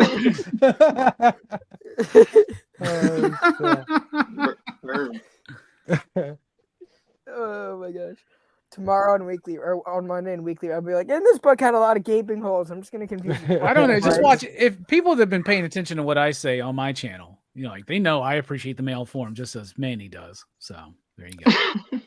You got it. I Man, mean, how many times can I say Steph's attractive without people realizing that I can appreciate an attractive man? You guys are making me blush. Yeah, I mean, Oh, stop it! You've been hearing this all year. yeah, I think the one thing I've learned from hanging out with you guys is Steph is the most attractive one of our group. Oh, I agree. Yeah. I mean, I don't know, him, that saw- Nick, you saw no. what Manny him, did, Nick, Fable, Manny, Herm. Dude. Am I leaving anyone out? I'll be Yeah, honest. I'm right here. I think idiot. we The covered most bases. attractive, the most attractive of all of us is Fable as Cable. Oh my god! I Bro. called it. Yeah, you saw he had the cool hair. Nah, suit. Yeah, but dude, that the worked. best part is when they made Steph-Free into Superman, and you didn't even see a difference. It was like, did No. they even change anything? If you guys think Seemed Steph's like handsome, awkward, you should see shy, his son. innocent. Now that's a handsome boy. Who was I? Was I like wasn't I like cyborg That's or something? facts. You're Xavier, Facts. dude. You were You were cyborg. What Xavier. did you even pay attention to the rest of us, man? I No. fell No, I fell asleep at like 8:30.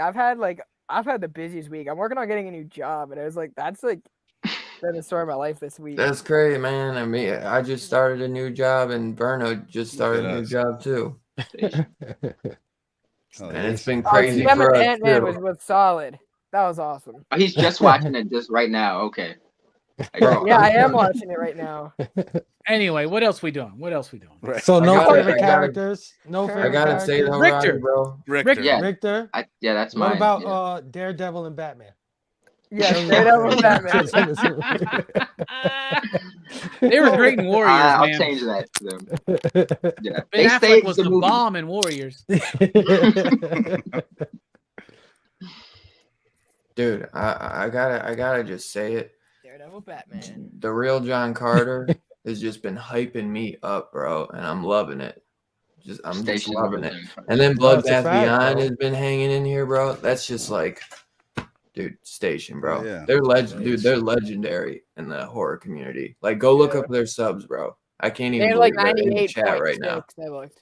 I just looked it up a little Wow. bit ago. I was impressed. They're It's a great legendary, channel. man. If y'all have never checked out Station. Bloodbath Beyond, I've- we need to stop shilling for them, man. Okay, Well, I've seen the name and I was like, that's The money's fucking good though, brilliant. right? Come it's Come not on, like man. they're dynamite or anything like that. So. No, Bloodbath Beyond, great channel. I watch them all the time. I really do. check them out. I'm gonna have to get hip. I think I may have like lifted some of their thoughts sometimes here on Dylan's Horror Show at times. Just so you know, who knows? It's a circle of life. We lift stuff from you all the time, Robbie. Oh my god, I told That's a these fact. guys when they were on with me, Steph and Fable, when I first started my show, I literally had a little notebook or a notes with like Robbie words, like, oh, use this fucking word. That's a good word. you got all the words, bro. Thank you. Yeah, man. I steal them from Bloodbath and Beyond. There you go. The circle, baby. Yeah. Cable. Let's see. Ooh, I want to like talk that. about the music. Like, can I Yeah. just talk about the music real Go quick? ahead. That's what I was just gonna say. I just want to point out there's a reason why I was Professor Xavier. the big head. Because Yes. you're a shill for the Yeah. X Office right Hey, now. yo, Hey, You're getting all Is you're it- getting all the Xavier, X-Men man. writers.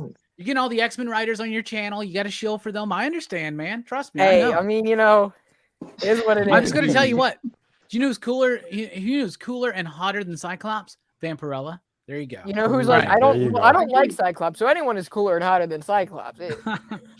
So, Music. what is that? It's your intro to talk about the music. Nice. Okay, Colin Stetson did the music.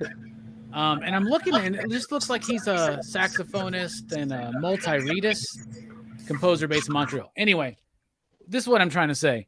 I love the music here. So I found some like quote from him online that was saying he wanted the music to sound like an old machine starting up again for the first time. And so the first thing you got to notice, Texas Chainsaw Massacre, the original, doesn't really have a traditional score. It's got this kind of like, it's just this metallic, straining kind of sound that I think is incredibly effective for that movie. Then you go into the scores of the other movies, and they kind of veer away from that. They try to do their homages, but they go more typical horror scores. This one has that sound. You hear that over and over, but it sounds a little bit more grungy, gritty, like gnarly, and like just kind of crunchy, you know? And they build out from that sound more than anybody ever in this entire franchise. And I think that Stetson did a fucking phenomenal job on this score. It is brilliant. It is beautiful. It is perfect for this franchise. Taking those original mechanical sounds and building something. And the idea that, okay, so Leatherface has been asleep for 47 years. You got an old machine.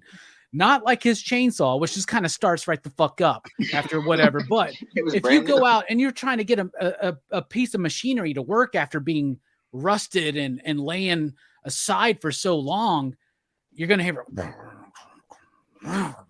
You hear that shit in the fucking score, and it is thematically tied to the resurrection of Leatherface. I thought it was rather brilliant. I don't know if y'all noticed it, but you can check out some isolated bits, not many, but a couple on YouTube. It's atmospheric. Just listen to the credits as they go, because I didn't know there's a post scene because I just left the room, but I had my sound up because by the way, I just got a new TV. My girlfriend got me one for Valentine's Day. I got a 4K 55-inch, and like my world has changed. Attaboy. Hey, I just went from 40 inches inches to 55, and I jumped up to 4K, and it's like I got a fucking Hershey's she sounds like bar. She sounds like a keeper. Yeah, she's a keeper. I just hope I am. But Valentine's Day, I got to spend it with Herman Fargate. Oh, that's great. But that being said, I think the music is great. I'm just curious if anybody else noticed anything. I think you described it perfectly. I listened to it in headphones this last time, and I struggled to like describe music, especially scores. Like it's not like a genre. It's not like, oh, this was a soulful funk kind of a thing. It was just what you said. Like after you said, it's like, oh yeah, that sounds about right. It was. I think of it as like a industrial. You know what I mean? Like a 9-inch nail type of sound. Right. Yeah. I agree completely. I think that's the best part of this movie. The most well done part of this movie is the music and the sound effects. I think the inside of that bus looks pretty dope. The cinematography and the I really noticed the lighting in this movie. It was a very well lit movie. They didn't skip on that side of the production. Well, I think for the budget, for the amount that they had, it was really well financed. Yeah. The way that they spread out what they wanted to spend on, it was really well done. Yeah, I haven't been able to find a listed budget for this, but it's obviously not much. I heard it was lower than, because I did a little bit of research. Lower than what, Brando? I heard it was lower than. You know, as my daddy always used to say.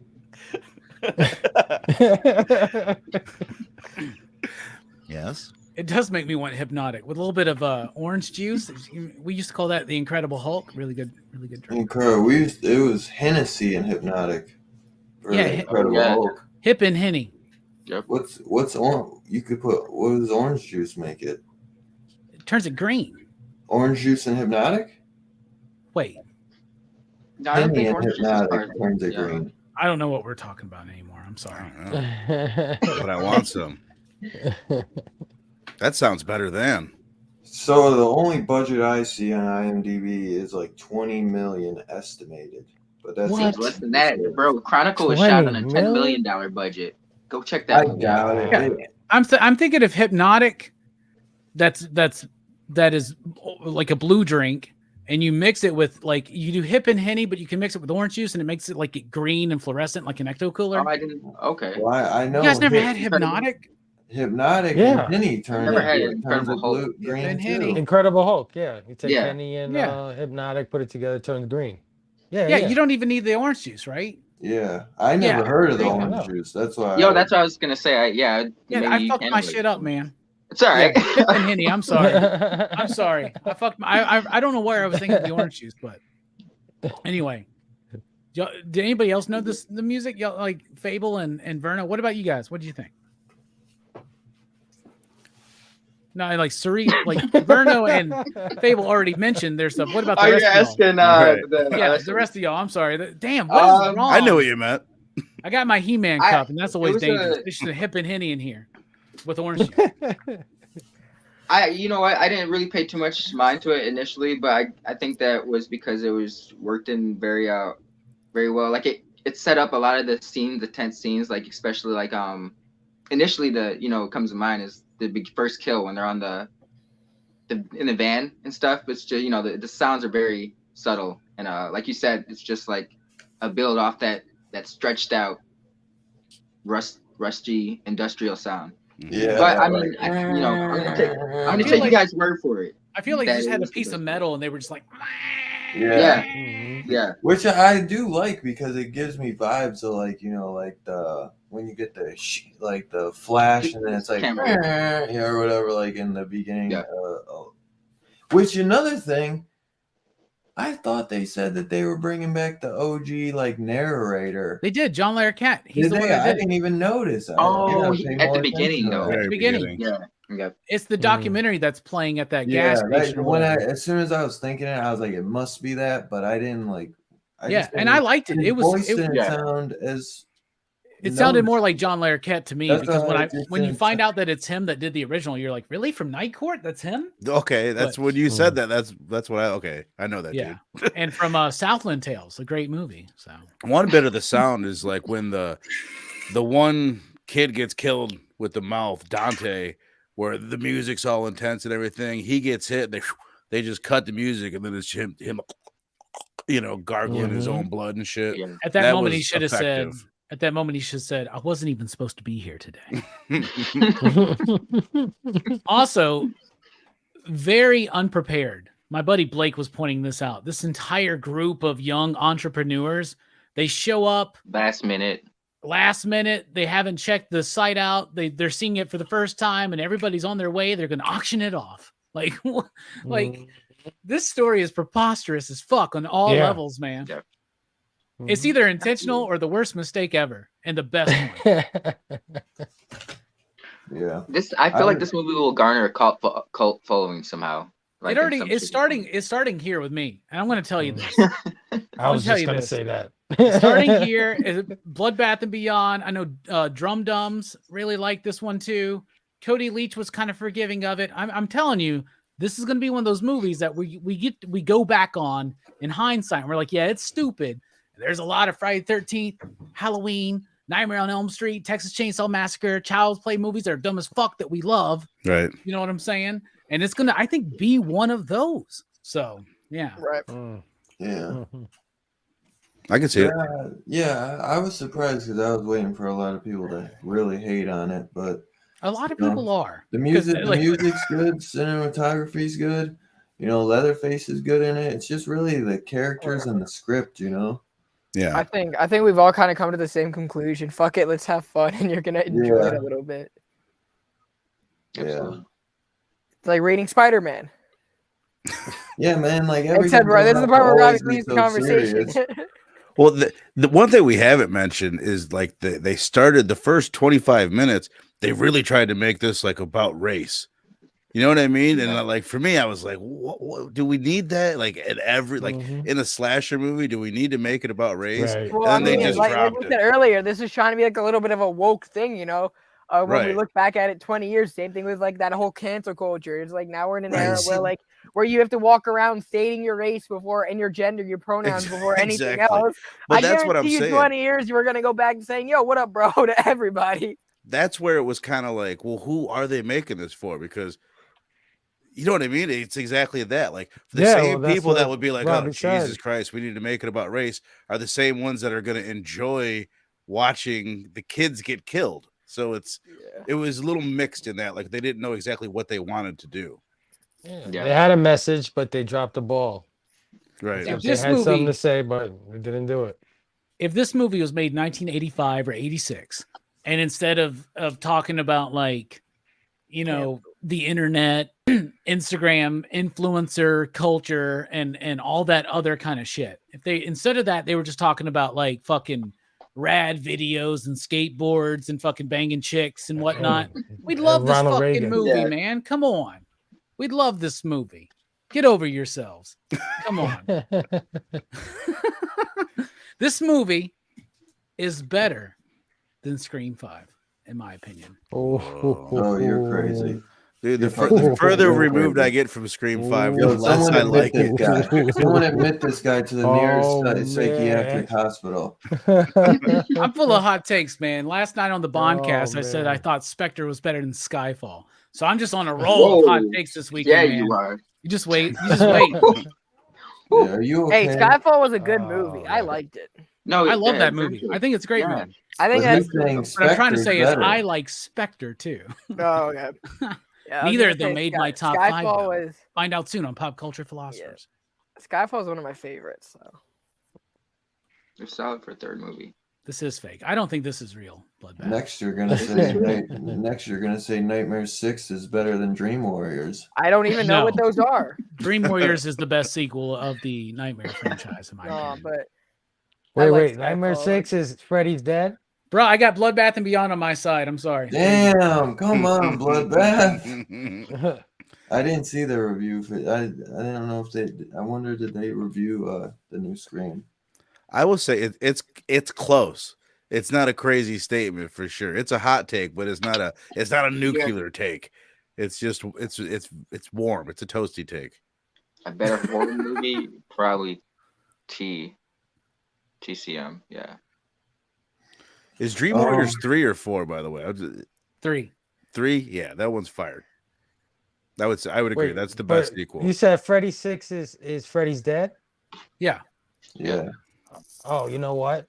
That's the fourth best. I'm gonna take the hot take. Freddy's Dead is better than Dream Warriors. What? Fable. When I was 7, I was like, Hell "Fucking yeah. Freddy's Dead's the best movie of all time." Hell but yeah. once All I right, got Fable. He older, starts wheeling out the thing with the spikes and the Bruh. guys. I love it. It's All right, awesome. so the movie's the incredible. last night of Horror Fest this year on PCP, we're doing the Nightmare on Elm Street franchise. I want you there, Fable.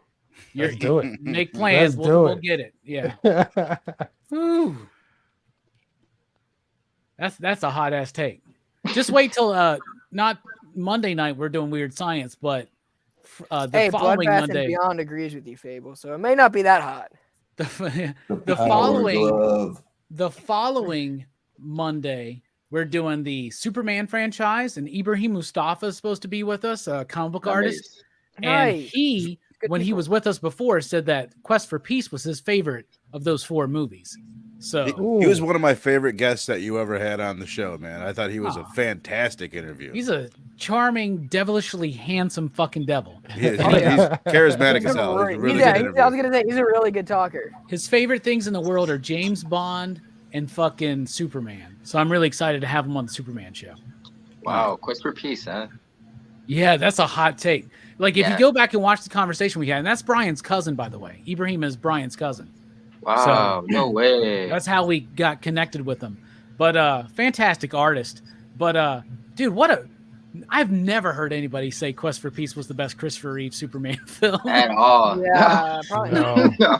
It's not my favorite, but I did enjoy it. I'm not on the bandwagon. What did Mustafa do? Didn't he just have like an indie book come out recently in the past year? I want to say. I haven't followed his career. I'm gonna say yes. He had something come out. He did that Count graphic novel. It's a futuristic sci-fi version of the Count of Monte Cristo. He did a James Bond thing too, didn't he? Yeah, he does some. He used to do like Moonlight covers back in the day. He's got the new Doctor Strange one-shot coming out with Ralph Macchio. He just did the Old Man Logan thing, like the Wastelands Wolverine book. He did that one-shot. That thing. Okay. He's been doing some jobber work, but he's also a really good artist.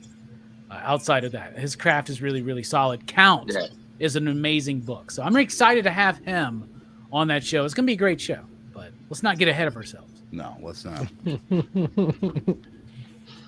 So, what's the theme of this movie? What do you think it's trying to say, Robbie? It's trying to say that we all need to get over ourselves and stop thinking of how we expect things should be, and that we need to focus on reality and work together, because reality is Leatherface in this fucking movie. Okay, it's the town of Harlow or whatever the fuck it is, and you have obviously young people with progressive liberal ideals, but they also feel like they belong. They feel like they're Twitter characters. You know what I'm saying? Yeah. And Instagram, like they're social media influencers, people that are out there, you know, like social media activists and shit, but like the obnoxious ones, not the genuine ones. They're usually out there doing shit. You know what I'm saying? But the people online, like doing this, and they're trying to do their own thing, whatever, but they're in over their heads. But then you have the central theme of the gun violence, right? So one, like, even in her own group, her own sister, her own friends don't understand Lila.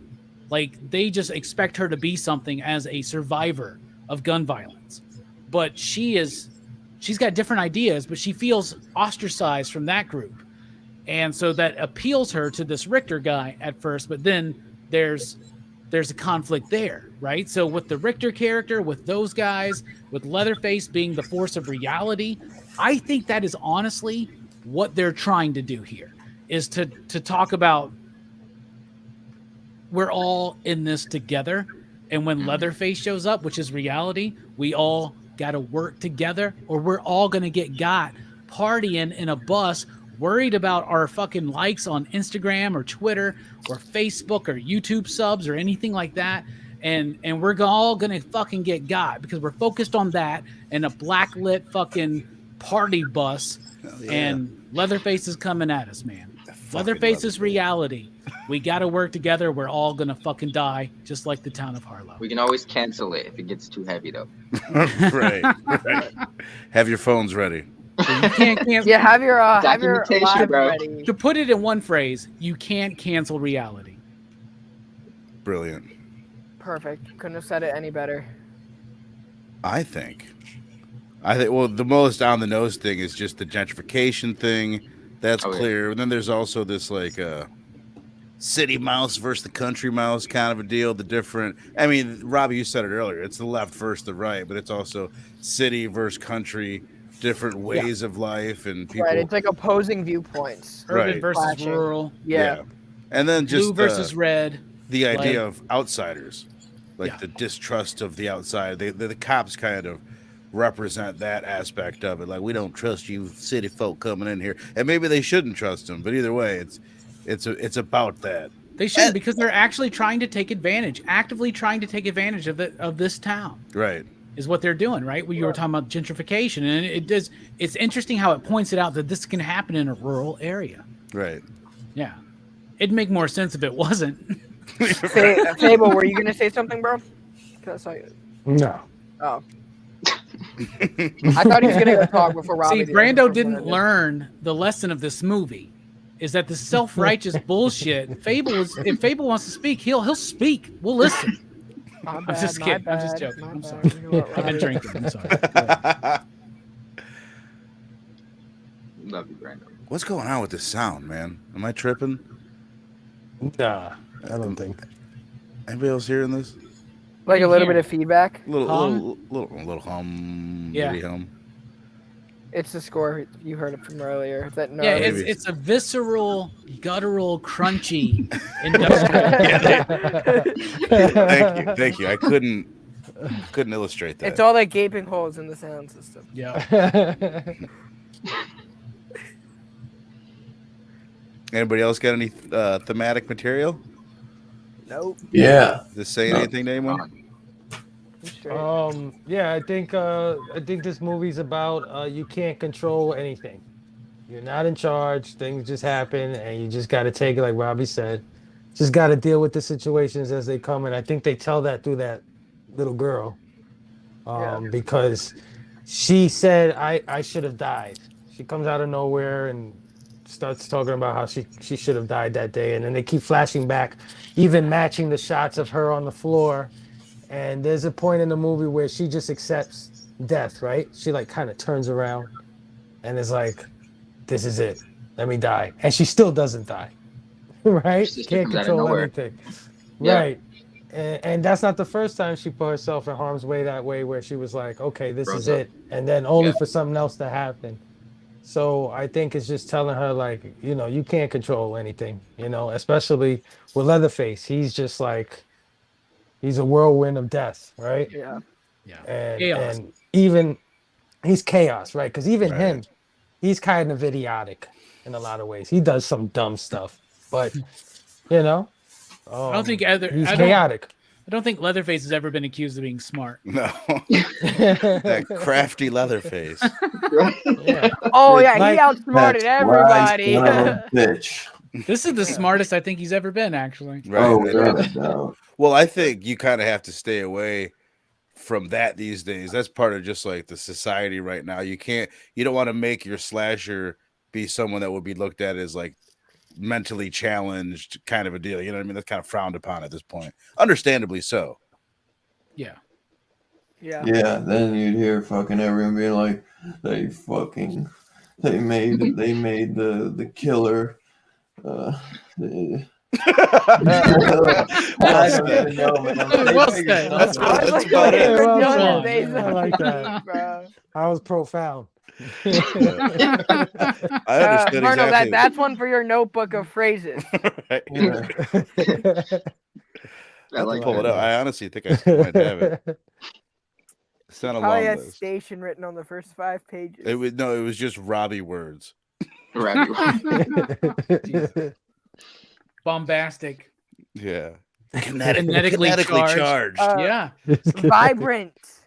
The colors were so vibrant. I say and vibrant. like- Yeah, I get stuck say on like vibrant a lot. a few keywords each video. It's not just keywords. Like, you know how to, like, I haven't tried to describe many things like comic books in my life. And it's like, you've been describing them for 20 years. It's like you've come up with a great fucking catalog of Yeah. words, of descriptive words. It's like, I never Thank would you. have fucking used that word. Thank you. It's I rather always like- refined, your statement there. I thought it was filled with life, a little bit of nuance and resonance. I don't know. Like There you when I'm go. reviewing, I always try to like attach myself to like the characters and how the writer perceives what they're doing.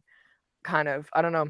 I love I need to look- characters, but sometimes they act a little bit I always like off-kilter, to- offbeat. It kind of stagnates the pace of the Yeah, book. that's what I stalls like it to out. attack. Hold I on, don't hold on. know, Slow down, sometimes- slow down. Like the Say that again. structure's fine. Like What is I kinda like Brandon it- doing? Is he trying to verse Robbie? Right. And Robbie words? I'm not trying to What are you verse doing? Robbie. We just have 2 different review styles. Robbie's We're not like more versing about- Robbie, but I'll tell you a verse that you need to know, and that's going to be Rockin' Robbie 3:16, which says, "Those who shall wait shall get Papa boomed."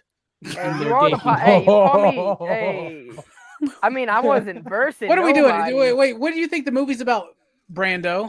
Since you want The to talk, movie? wanna know. What was it trying to say to you? Movie? Are we talking about Yeah, a what's movie? it trying to say? I mean, the movie was kind of like what you said. You know, it's all about making the No, most, what do you think it was saying? No, What do you I? said? What do I think it's Yeah. saying? Is, What did it say to you? What did it say to me? Is it's a lot about nature versus nurture. If you really want to buckle it down to that. How so? Like these characters. God damn it, Steph, yo. Because like these Go characters were brought up in a completely different environment and different kind of society where they're all influencers. They're all caught up in materialistic items and how that impacts their life. But they go to a place that doesn't have that, and they're not able to adapt to the nature of the environment that's around them. You know, a lot of times in real life, we're so caught up in what we're given or like what can be taken away. You can still live your life, right? It's almost like how you were brought up versus like the environment you're in. These guys were brought up in a very wealthy era, almost like a middle class today is wealthy. upper middle class. Is right? upper middle class, is considered to be wealthy. But when they go to like a rural area, it's like, okay, all those gifts, all of those materialistic items, what are you without your wealth? And it's just like you don't have the street smarts, you don't have any of that intelligence to adapt yourself to the world around you that you're in. Yeah, that's actually well said. And the people out there that you think are your right. if you're an influencer, your influencees, they won't even believe you when the shit goes down because they think you're just putting on an act. Yeah. Right. But when we're sitting here like pouring our hearts and souls out over the 2022 requel of Texas Chainsaw Massacre, we're being fucking real, y'all. Okay, we bleed for y'all. That's part of the point. Your question. Does that satisfy? Thank you. No, Brando, that was really good, man. I'm very pleased. I think the hazing is over. You're officially part of the crew now. You know what? I think that if you guys ever stopped hazing me, I would question your like lack of your. He's like, what's going on? I'd be like, do you guys like hate me or something? I would think you guys were actually mad at me if you stopped giving me shit. So like, I appreciate it. Never a dull moment with you, Robbie. And then you had Steph and Verno, and like, hey, I'm gonna let you in on a little secret. This is the only time you're gonna hear me say this. You want to be on the monthly review? Don't say shit. Don't message me. Don't say shit about wanting to be on it. And if he is going to be on it, just let me know beforehand. don't pop him up like Dylan did to us. No, I actually considered Brando, but then I was going to have Joe Corallo on for the first time. I didn't want to. I didn't know if Brando and Joe was going to be a good combo for a show where we're trying to be positive and talk about our favorites. So I like Joe. I know. I actually met Joe in person. We met at Baltimore Comic Con. I know it's a joke. It's a bit. Anyway, let's move on. Steph, what do you think the movie's about? Since you're so critical yeah, of Brando. We're not gonna go into something as vibrant as Brandon or as extensive, but don't judge a book by its cover. You know, we thought the redneck was an asshole. He turned out to be the hero. It's like the main kids, I guess we'll call them. They put on this front, of course, to their followers that they're these good people trying to do the right thing, but they were kind of douchebags. You know, it's don't judge a book by its cover. Yeah. Simplest. Yeah. You know, shit. And even if you think you have the deed to someone's house, don't kick them out like an old woman out there, like right then and there. So, like, bruh. And that's the lack of planning on their part. And that's why he's judging a book by its cover. It you know, falls he's apart like as this a old plot. ladies. Yeah. Yeah. I think the thematics are there, but it falls apart as a plot. Right. Yeah, that's what got me through the movie is once I realized there really was no plot and it's just for the enjoyment of the kills, made it an easier pill to swallow. Yeah. So Steph, you're not gonna get deep at all. There's nothing. That was good. No. Brando, what are you? Whoa. Okay. I've proved You're myself. out of it. You're out of it now. Or you're back to like, come on. 2 more months at least. You gotta wait. You were right in the cusp of the circle. Now you're out of it. I just can't wait till they finally get this fucking new release 4K restoration of Dead Alive out because that's the one I want Brando to watch. Dead fucking Alive. Dead Alive. Oh yeah. What are we rating it for? Are we at the rating part? No, stop rushing us. Fable, what do you think the movie is trying to say? He already said he was trying to say. Dylan, you got anything else on that? I don't know. I kind of blacked out on what Steph said, but we're giving Brando shit. Yeah, but this is Dylan's horror show. Right. I kept sitting here trying to I wanted to say put in the chat in the private and be like, we can't officially bring Brandon in until we pull the bid on him.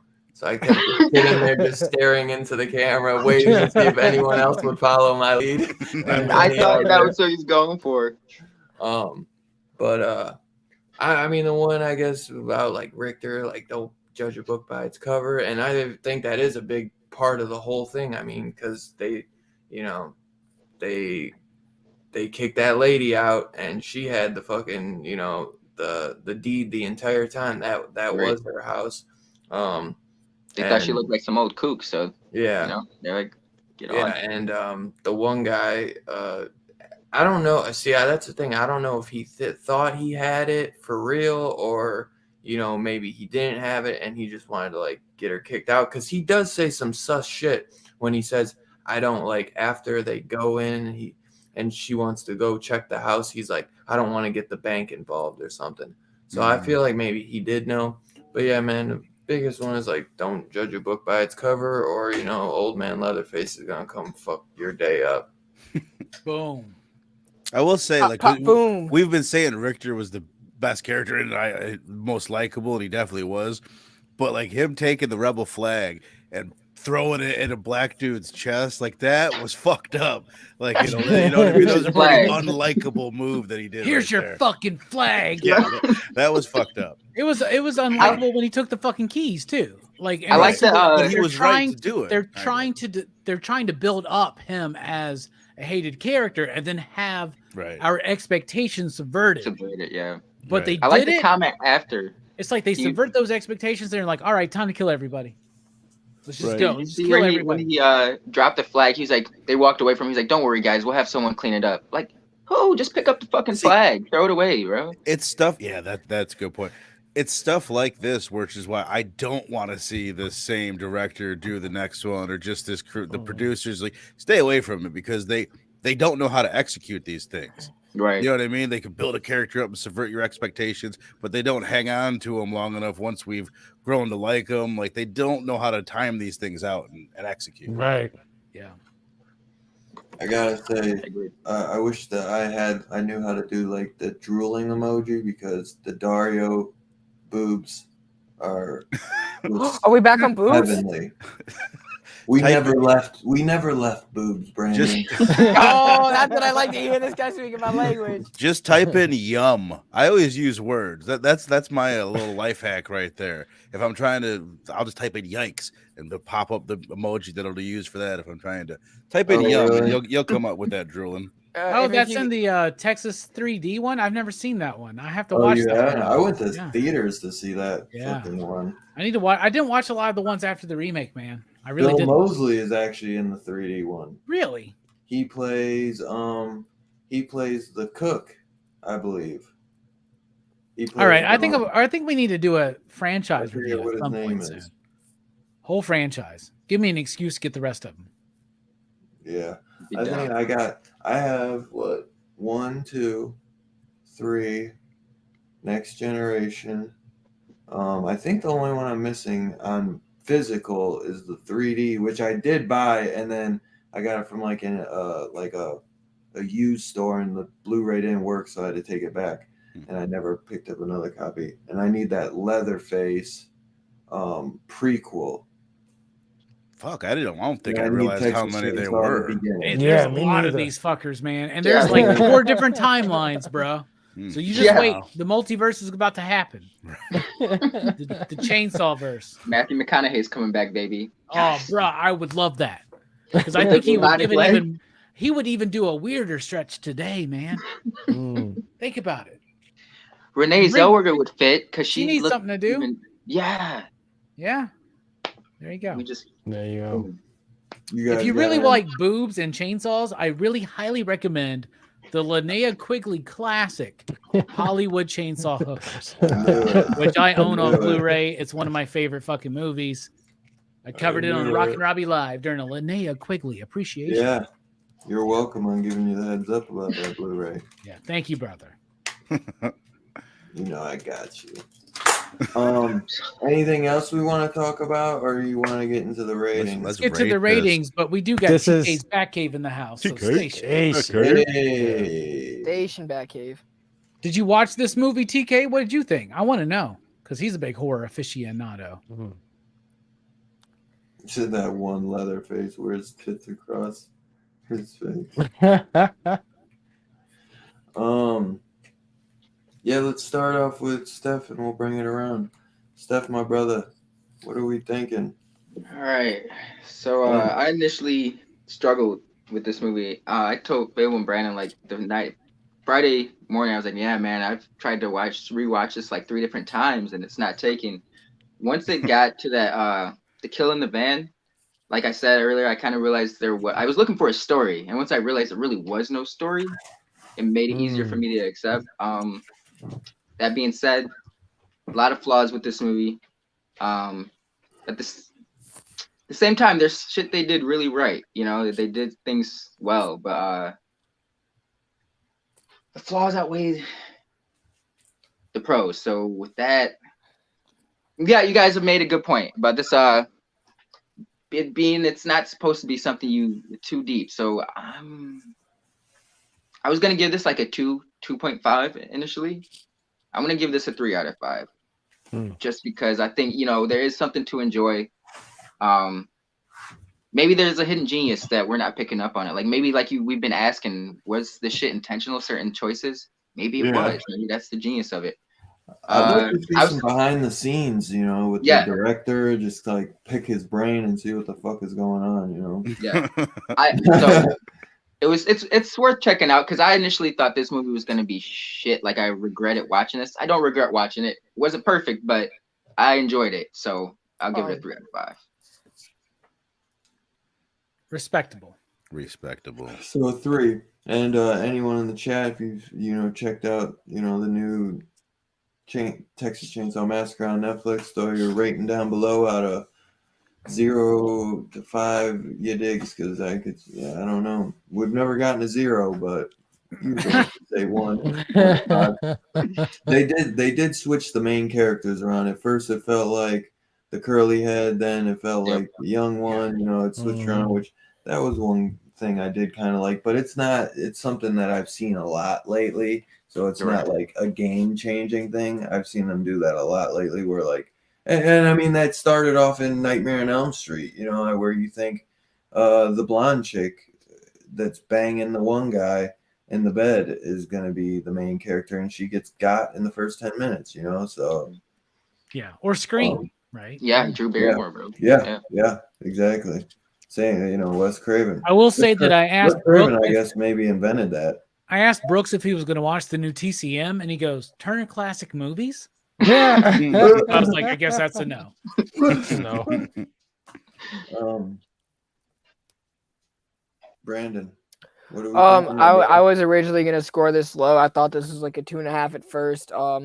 Said this multiple times throughout the stream. This is one of my first horror films. This is obviously my first time here on the channel. You know, I've had a blast. In our conversations, I think like the biggest problem with this film is when we were talking about themes, you had to dig for them. Like you really had to dig, you know, like if we didn't have these conversations, I wouldn't have been able to figure out like what the theme of this movie was. You know, we were talking about nature versus nurture. We were talking about like the situation you're in, how you respond to your environment. But I think there were just so many distractions in this film to where the viewer just missed on that, you know? So I'm gonna stick to my original grade. I'm gonna still give it a 2.5. I'm gonna definitely try to give it a rewatch and see if I am tripping or anything. But for now, I am gonna give it a 2.5. I don't think you're tripping. I think 2.5 is more than fair. Yeah. Dude, that's a 5 out of 10, man. Yeah. Like that's respectable, you know. So yeah, you're like right in the ball. I feel like so far, Steph and you like we can like bad movies, Brandon. It's okay. Yeah. I mean, it was enjoyable, you know, like I was entertained, especially like towards the end.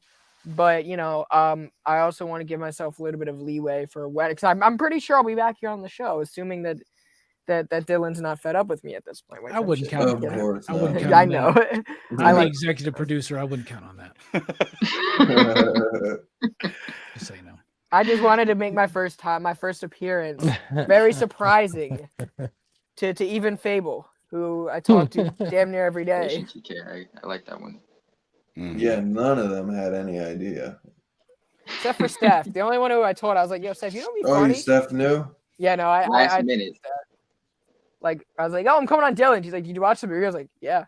I had an idea because I saw Brando was in the chat before we went live, and I was like, why is Brandon here? He was in the chat before we went live last week too, talking shit about where everyone was, but he was here. He was here.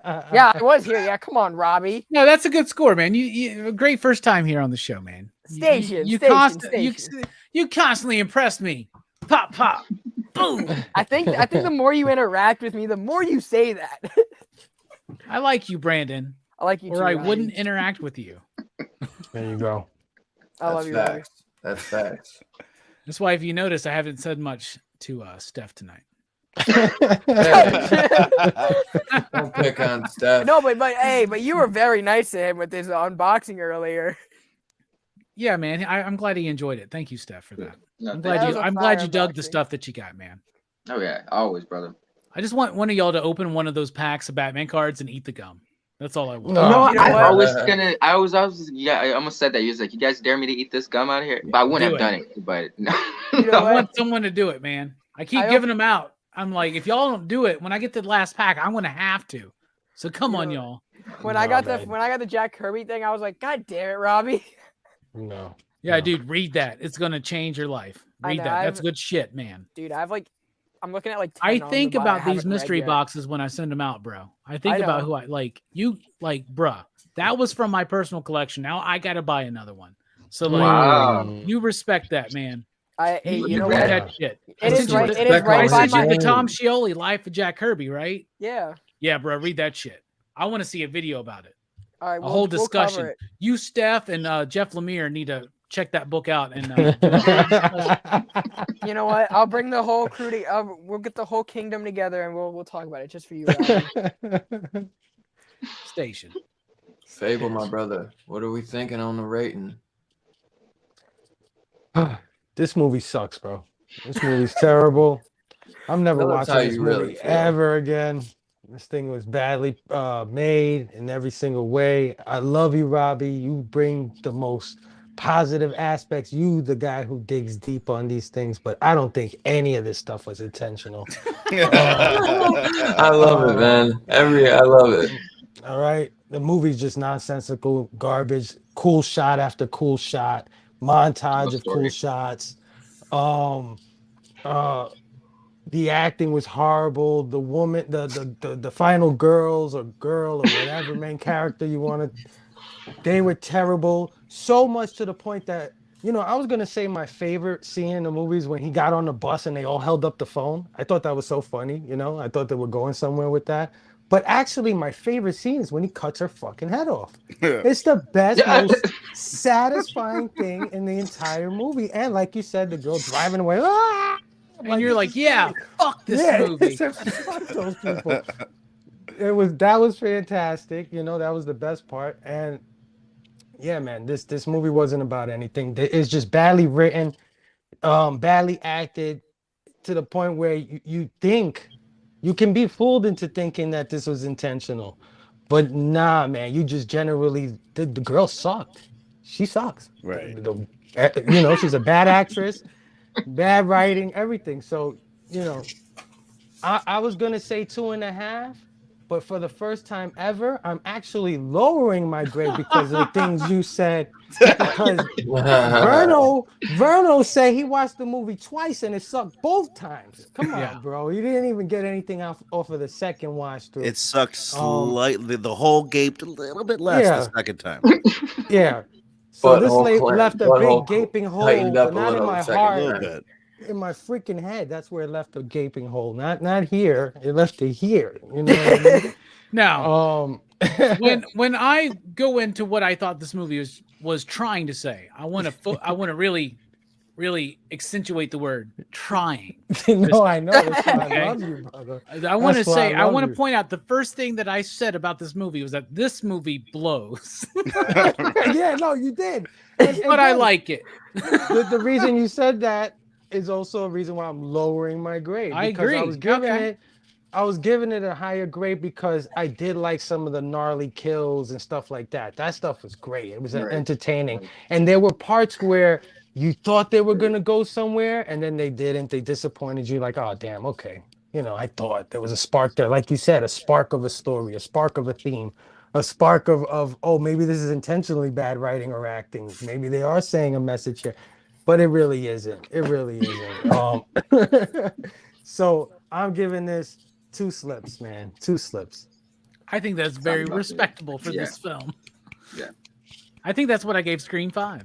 I think I'm excited to hear what Verno has to say. I'm like super stoked. Yeah. Like I said, good cinematography, some good music placement, some good gore. You can be tricked into thinking this is great, but I'm never seeing this again. Right. I love it. Good job, Fable. Hells yeah. Well, you're wrong, because on your birthday one day, I'm going to do a Texas Chainsaw Massacre franchise review and invite you as the guest of honor. Just like I'm making myself rewatch Scream 5 this year for the kickoff of Horror Fest. You know what? This is why Robbie will never know when I turn 21. It's coming up. It's coming up. Verna, what did you think, bro? That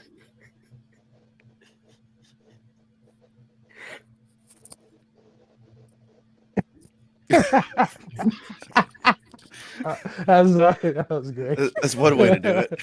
Verna, what did you think, brother? Fable, that was great, man. I agree, dude. The movie, it fucking sucked. I've been wavering back and forth between, like, originally I was like 1.5. I've been up to like 2.5, but I'll go with a 2.0. Emphasis on the 0.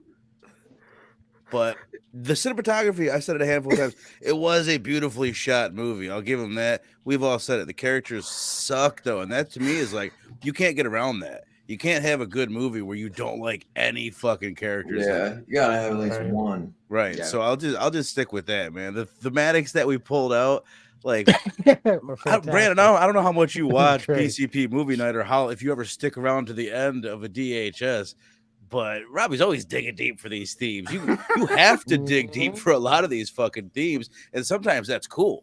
You know what I mean? Right. Sometimes that's like a good thing. It's like, oh shit, I didn't even think about that. Right. Hey, That- bro, I we didn't- were talking about Super Mario Brothers. You know, like what's the theme well, of that? well, that's Like, kind of the come cool on. thing about Jesus. themes is like they're the best ones you get like almost subconsciously.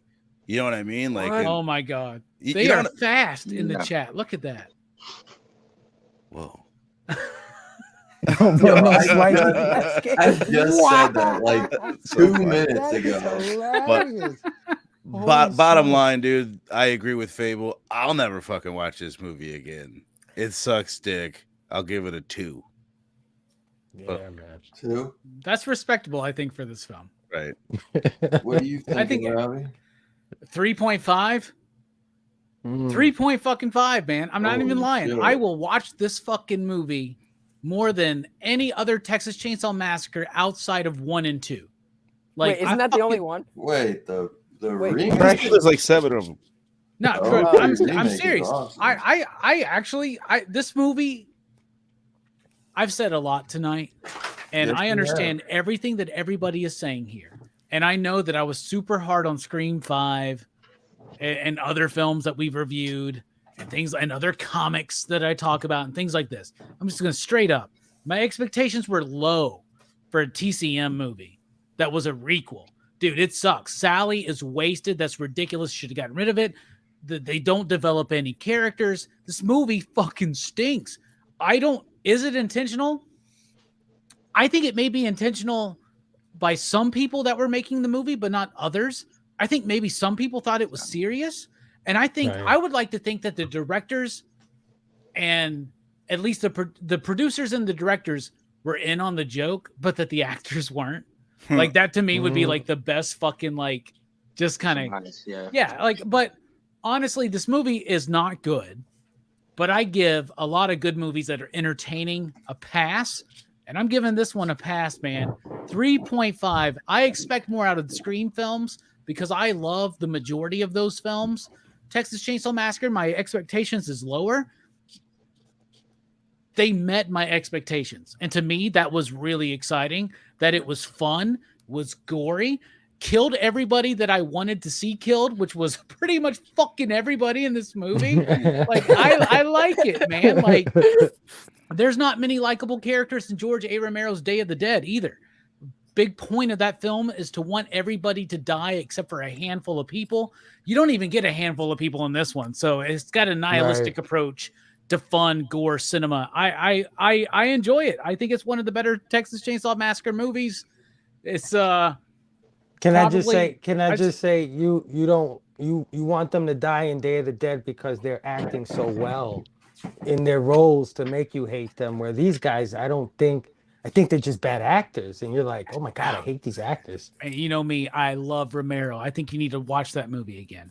It's not necessarily that like Joe Pilato's doing a great job. He is over fucking acting like a motherfucker. Right? Yeah, but the So- movie's over the top, so you take it for what Well, it is. and it has a You better, can it has do a good script.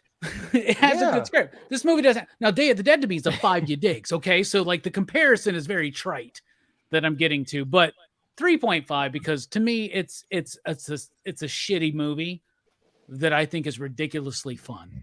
So I'll go 3.5. And I was intending on doing a Respect. 3, and I convinced myself to go up a half a you dig. So Wow. Thank you. Yeah. I thought it was going to be the highest rated. Dylan, No, I'm hate to break going. us, baby. I'm going a 3. right in the middle. I like Bobby. He says 3.2 because they use 3.2 oil in the chainsaw. But, I was talking with my brother, and I said like me and him. He said I think 5.9 out of 10, and I said I was like yeah, I'd give it like a 6. So I'm sticking with that. Bloodbath and yeah, Beyond is with me again. Look, 3.5 you digs. Oh, come on. I could go Go up half a point. I could go up a half a point over time. We'll have to see. I have to see how it ages because sometimes I'll watch it a few times and I might get sick of it. But it is definitely one of the better Texas Chainsaw Massacre movies. I got to rewatch 2003, man. with Yes, Jessica you do. Biel Solid. because- Yes, you do. It's Yeah, I need solid. to I've heard a lot of good comments about that one. And dude, Jessica Biel, those images of her from that movie have been like circulating Ingrained. again. Like they've been circulating again, like in my Those feed. low-rise jeans. Bruh.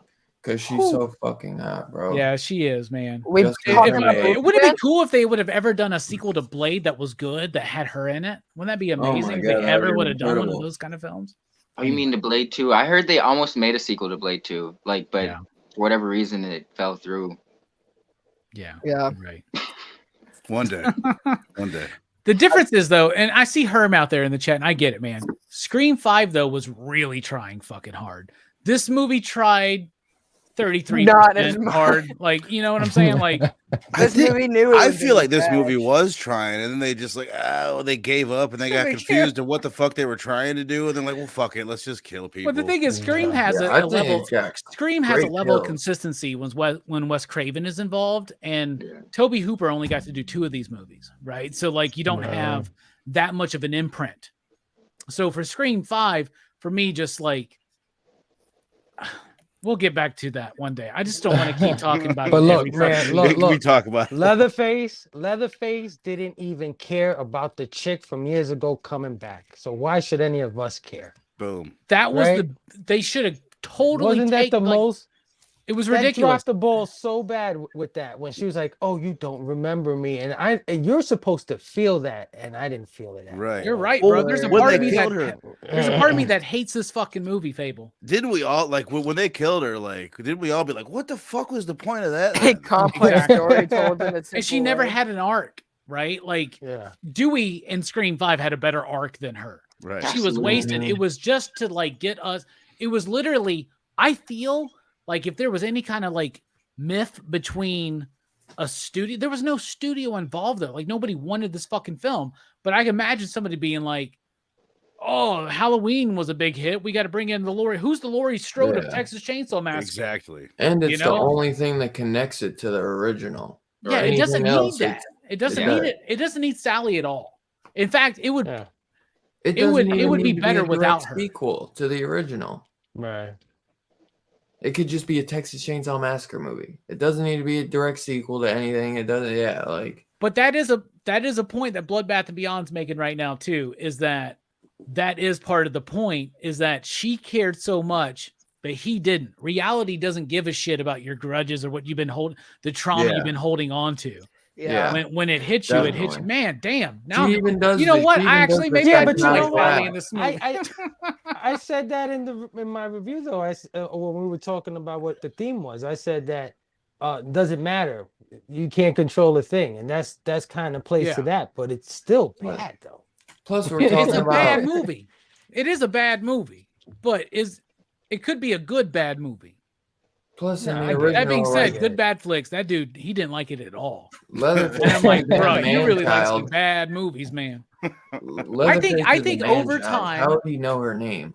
I think over time we're gonna get into it, but I don't know. I still like it.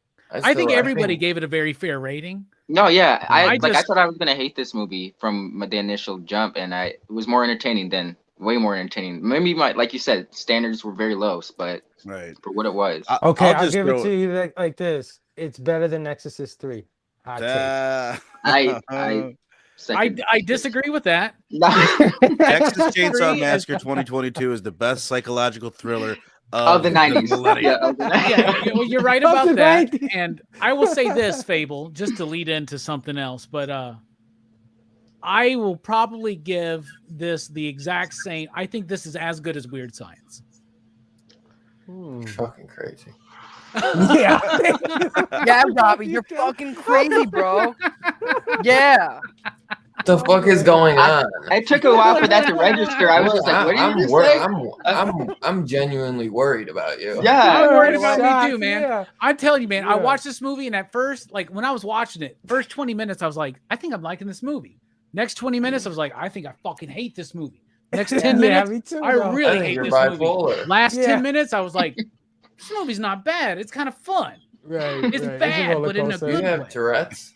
Yeah, maybe. I have Texas Chainsaw Massacre Tourette's, man. Robbie, you're on fantastic. Instagram Live. You're canceled. You Oh, can't man. you can't cancel Same. Leatherface. This is I why saw- Verno I needs saw- to be the executive producer of Dylan's horror show going forward. I don't care. I gave it the same rating as Bloodbath and Beyond. I am fairly confident tonight, y'all. But There you I go. feel like y'all all. Oh shit, Robbie's pretty feeling solid. himself. So, yeah, I think I'm feeling everyone's it now. score was astute in the. Bro, I think I gave Judgment. Slumber Party Massacre 2 a 4. So I'm fairly confident with giving this one a 3.5. I saw. I expect different things out of these movies, maybe. I don't know. Hey, yo, what up, Michelle? All right, well, Station. let's see what everyone in the chat rated. But I did see that Shudder does have Cherry Falls Kirby. That is a good movie. We'll definitely review that soon. I got to pick up the Scream Factory release, honestly. I've been dying to pick that up. Let's see. Bloodbath, as we just said, gave it a 3.5. Tea House gave it 2 chainsaws out of 5. Big Herm. Oh no, he says 3.5, Robbie, and you hated Scream. Shaking my head. I agree. And he says Scream 5 over TCM. Bobby D gave it a 3.2 because they used 3.2 oil in the chainsaw. You're legendary for that. Let's see, who else? I thought I saw more. I swear I saw more. I'm sure. Oh, Count Von gave it a 3 out of 5. I knew there was more. Two Gun gave it 2.0. Slips. I think everyone was like just on par with each other. Yeah. Yeah, it's in the middle, either towards the other end or towards the higher end, but somewhere in the middle. There's no, I mean, well, I don't think we're gonna see many 4s. It's just not that fucking good of a movie. Yeah, over time, I probably will give it a 3.5 if it ages well. I still had a fun ass time with it, no doubt. But yeah, just like if we would have had just one good character all the way through, I would have given it a 3.5 Totally, all day. I'd feel completely All different day. about it. And I get like, I hate them all, so it's easier to see them get killed, and you almost want to see them, which that's a part of horror. But I gotta have like one just good character that you're kind of rooting for to be like, oh, I don't want her to die. Like kind of gasp every time you think she's about to die or he's about to get killed. You know what I mean? Who wants to see that girl that got away in the Tesla in the next movie? You could have Fuck yeah.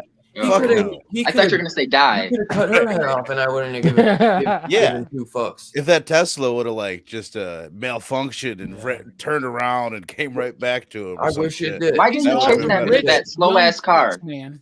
Rich young fucks, man, and I want them all to die.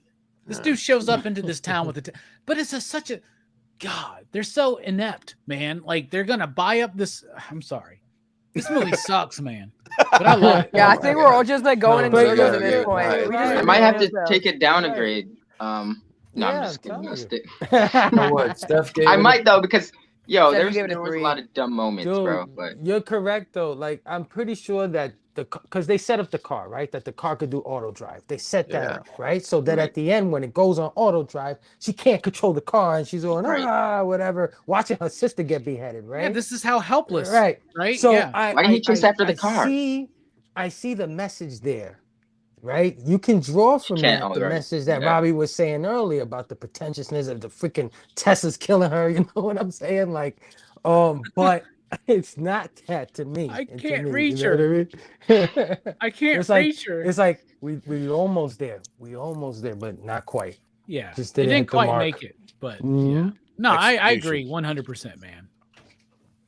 I don't think anyone was wrong in their judgment tonight. I think everyone made absolutely valid points. I don't think anybody's ever wrong in their own judgment. Well, as long as you can like back it up and shit, One good character that you can care about. I love whoever that is. That guy's like the real MVP Manny. in the chat. That's why Manny gets fucked up and winds up having to be like Manny's different perspectives. Commit to the bit when he gets caught. You know what? It could be Dank. We haven't seen Dank in a while. Like, I can see Dank doing that shit. That's me. It went on a spiritual quest. I mean, could be coming back as one good character. What's the average there, Dylan? So Steph gave it a 3. Brandon, you gave it a 2, right? 2. Abel gave it 2.5. 2 as well. Oh man, you gave it a 2. I gave it a 2. You did? I thought you gave it a 3. No, I was wavering between That's a why I said you make 1.5 or and a break us, 3 baby. this Yeah. whole time. Robbie gave it a 3.5 and I gave it a 3. So I guess we're at like an average score of 3.069. Station. Especially with everyone else, 3.69. especially with everyone else in the chat. Giggity, We should go giggity. All right. 3.069. Giggity, giggity. Yeah, giggity. You know what? I think Verno just gave it a 2 because there were no boobs. All right. If there were boobs, it might have been a 4 for me. I'm man. almost- I No, won't lie. I would have I raised it almost a want little to say, bit. does it even deserve a 69 with no boobs? Like, come on. Right.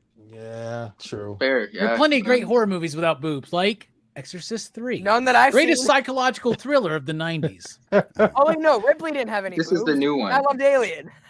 Yeah, Boobs don't make the best horror movies, but dumb horror movies kind of need them. Well, at least Right. hot chicks. It helps. true. I can't Yeah. think of any Sometimes situation that good boobs hurt.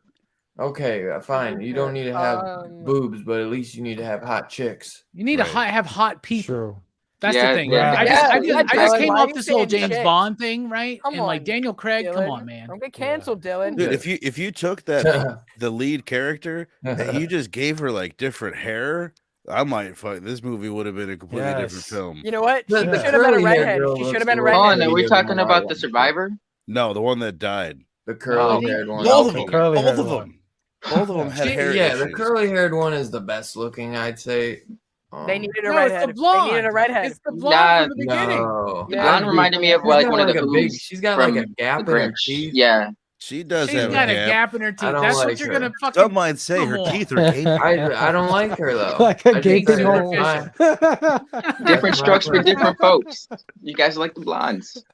I said I redhead would usually have been do like nice blondes too.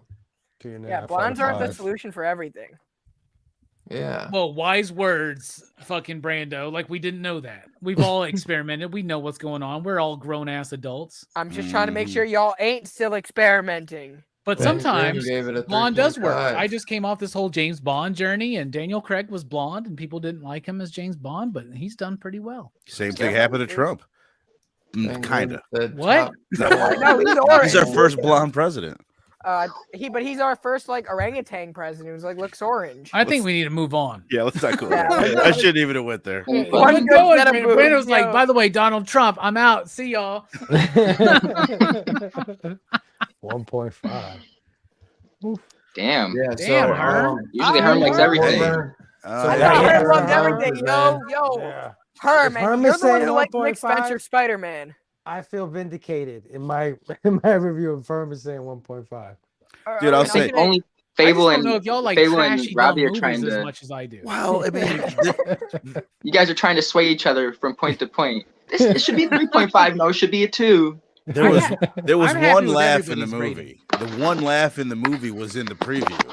You know what I mean? Like, try it and you're canceled. That was the only chuckle that you get in this film, and we saw that in the preview. but Dude, I that's got just so 'cause many we're in chuckles the when, like, time. I got so many chuckles when heads got bashed in and arms got fucking ripped open and Those fucking aren't chuckles. Those are.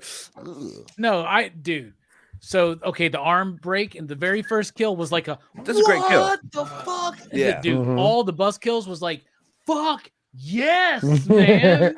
I agree. There was some Fucking do it. dope kills. It's like when fucking Stone Cold would come in against corporate The Rock, you know, and Vince McMahon and Shane McMahon were there, and he would just fucking tear ass and pour some beer down his gullet. That's what this movie is in the third act, man, and I'm happy with it. Leatherface is Stone Cold, and the movie is trying to be WWE corporate.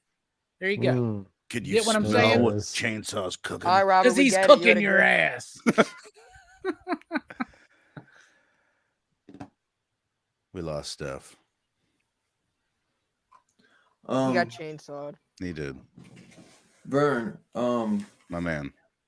you got anything coming out on the channel? Well, tomorrow on the Cerebros, I have an excellent conversation with Peter Geiger from Two Geeks Different Streets. Yeah, dude, we talked about last week's Marvel books. There was a whole bunch of them, and it was a great fucking talk. We talked a little about Peacemaker. We had some laughs, and yeah, it was a fun conversation, man. So check it out. It'll be up tomorrow around noonish. Hell yeah, man. Glad to see you. LOL, And, Nick Spencer in the chat. Yeah. Not Nick Spencer, but y'all know. Yeah, my math probably is a little off, just a little. But hey, I didn't have a calculator right next to me, so Dumb. That concludes the review though for Texas Chainsaw Massacre 2022 Netflix original, whatever. Yeah. Next week Can I use that as a pull quote, Bloodbath and Beyond, real quick? I'm sorry, Dylan, I fucked you up. If I can get can I use that as Rockin' Robbie Billups? Facts. I'm with the top middle guy. Station. I'm on top of the world tonight, man. Yeah, Robbie's like on They cloud. kicked me out, freaking guys. nine No, right I'm now. just kidding. My phone died. Chainsaw came for you, Link. Yeah. One good I have permission. I totally feel you.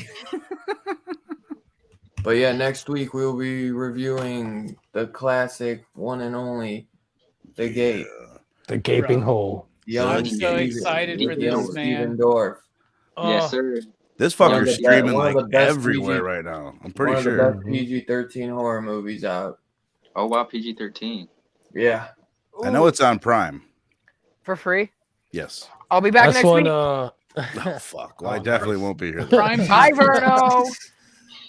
It's all right. That's Verno. one of the I'm movies that has replacing you. Just has better. a special effect that still I don't think like it's lasted. You know how some movies have these special effects that kind of like they still can't do, Yeah. kind of. You know, like a Ninja Turtles, they can't get those damn animatronics right like they did in the first one. Mhm. That has a special effect in it that's kind of interesting. Plus, it's a prequel to the first Blade film. It's Right? the origin of Deacon Before Frost. he became Deacon Frost, yes. Yeah. little young Steven Dorff there. I haven't seen it in years. I'm excited. I'm super excited, Dylan. I'm more excited for it than Texas Chainsaw Massacre 2022. Yeah.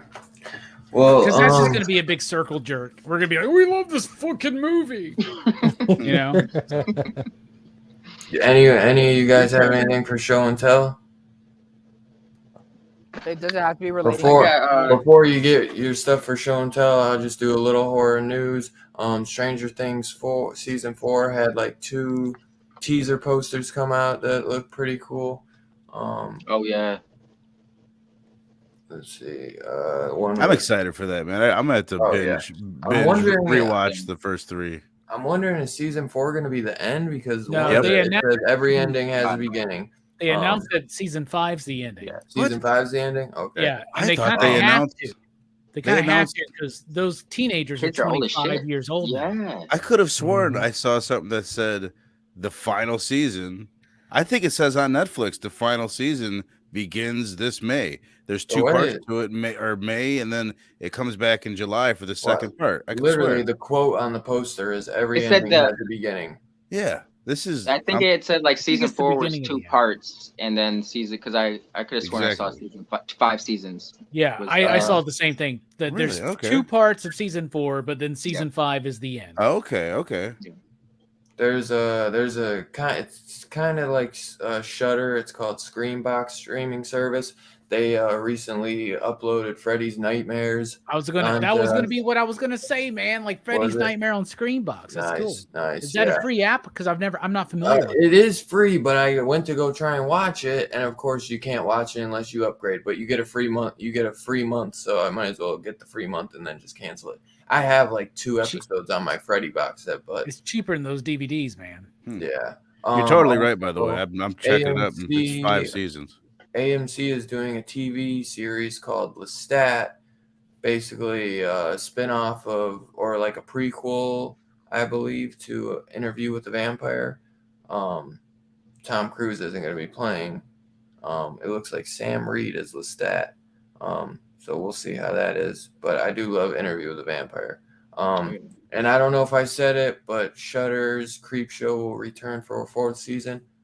Fuck yeah, dude. I love Creepshow. And Peacock is or Firestarter is going to be in theaters and streaming only on Peacock May 13th. I don't know if I remember. Nice. And Jordan Peele's Nope trailer came out last week during the Super Bowl. And you know, I'm not on the Jordan Peele hype train like a lot of people are. I do love Get Out. Not the biggest fan of Us. It's okay. Candyman was just totally whacking over the head with all that bullshit. It was a decent film, but just too much of that. You know what I'm saying? Like, Dude, Nope's gonna be awesome. That trailer's great. It's about aliens, man. yeah, I'm excited for Nope, but Some it Team feels, Dog Shades, Jordan Peele shit, man. it I'm feels excited. like some M. Night Shyamalan type shit. But I definitely will be checking it out. I guarantee you, they're not going to be weak to water. Yeah. And then go to a planet that's 2/3 water. Yeah. But yeah, I definitely am excited to check it out. And that movie, The Cursed, I think came out in theaters today. Or yesterday, which we were talking about. So, yeah, I think that's all I got. There might have been something coming out on Shudder. I'm not sure. Who's got their show and tell ready? Show and tell have to be like horror related. It could be whatever you want. Okay, then I'm ready. Let's see what you got, my brother. I went comic hunting the other day at my LCS because they had a little bit of a collection in. I'm missing the key issue of this, but I'm starting to collect all the Civil War tie-ins because it's one of my favorite stories in comics. I got Spider-Man 530. I'm missing 529, so if anyone has an extra copy, hit me up. I'll be happy to pay for it. I got 531, 532, 533, 534, 535, and then 36 just fell, but it's right here. 537. And then I also picked up a Milestone Compendium. And I picked up the Wolverine and the X-Men Omnibus by Jason Aaron, Chris Bachalo, and Michael Allred, and I'm really excited to dig I this. thought about getting that. Yeah. I love Jason Aaron. I love Chris Bachalo. I'm a huge fan of his Doctor Strange. And Allred, I know he did Silver Surfer with Dan Slott that I really enjoyed as well. So I'm going to be digging that real soon. Show and tell. Heck yeah. Robbie left because he doesn't poop. I'm kidding. No, he's for grabbing shit. Vern, do you need to bounce, my brother? Yeah, dude, I gotta get my punk ass to bed, man. No, I didn't know. The mail don't deliver itself. Bouncing. Before I started working there, I didn't know the fucking post office was open on Sunday, but they deliver Amazon. Yeah, we deliver Amazon on Sunday. Little known fact. Hell no. That's some inside information. Wow. That's ass. I know it is. That is I'm not ass. fucking stoked about it. That Sunday's supposed to be the one fucking day off you guys get. That's what I said, dude. That's what I said. You know That's fucked up. Smoke a bowl, man. deliver the I stuff. can't smoke anymore either. It's fucking ridiculous. Government job, man. I know. Do they I've drug smoked test you like months. that? No, they don't. But just in case. Just in Random. case. But I don't miss it. To be honest with you, I haven't smoked in months, and I feel fine. Yeah. I feel sharper than ever. Yeah, that's how when people always think I'm geeked, and I'm like, man, I haven't done it in a while, really. Right. And I like it feels sharper, Yeah. When I did do it, I would be like, I'd watch a movie and relax. It's like most people, they're like high all day long. It's like I can't do that. I can't do it. That's me. Dude, honestly though, it took me Did like you say a month that's and a me? half to feel sharper. Like I was like, man, I fucking expected to feel a little sharper. I still feel dumb as fuck. But I think it took a while. Now I'm like, okay. Yeah, I do feel like a bit kind better. of dumb when I smoke, but like, I love it, man. I used to smoke all day, I feel every day, man. wise. Me I too. just feel like And wisdom. just now, like when I'd smoke, like I would just like I feel like I do dumb shit. I don't know, and not make good decisions. There's no way I could deliver mail high. I Yeah, would fuck everything up, dude. Like trust me, it's so much more complicated. Fuck out of mail high. I bet. Dude, I bet you couldn't, brother. It is fucking complicated, man. I know. I just fucking with you, man. All right, Bruno. Station, All right, brother. bro. All right, peace fucking in love the you, east, man. right in Spain. You guys are the best. Station. Love you, Verno. Peace out, Station, guys. brother. Pop, pop, boom. Love you, dude. Peace out. Anyone else got anything, Steph? Yeah, Fable? I got a few things. Let's see what you got, Got my my brother. little AOK today. Mystery box in from Robbie. And this was in there. Oh. Man, yes. We reviewing that then on the show, bro. Yeah. And I've been on a That Jeff you got Goldblum it. kick, so that's Yeah, so we're doing that. odd. Yeah. I'm And we should have Dylan on for that one. It's like hell a yeah. special. It's a special like cover that was put on there too. It's really Is dope. it? I love that. That cover is awesome. And I got the Scream Factory box set, so I'm down. Hell yeah, bro. It's one of my favorite horror movies of all Yeah. time, dude. Well, I got the Scream Factory. That was from my personal collection stuff. So Are you serious, Robbie? Yeah, that was The Fly I watched for like the last 15 years probably. Never. Yeah, he got the Scream Factory, so now you got the I sent Herman Taki something special for my collection too. So Ooh, I hope they enjoy it. I won't show off everything, but Robbie knows a big Grant Morrison fan. And I got some Doom Patrol. Debatably some of his best works. Some of their best works, correction. And I'm excited about this one. I didn't notice this at first. Steve Leiber did the cover. Yeah. That was a preview that was sent to me that I read a long time ago. I liked it. I found it again. I was like, I think Steph might like this. Nice. I look forward to it. Yeah, I can't wait to dig into that. And this is probably one of the best parts, bro. Oh Lord. that's come on. That's fire, awesome. Bro. Well, thank you. I've been perfecting that for 30 years. So 30 more this was in the pack. I just thought this was badass. So oh yeah. Hell yeah, brother.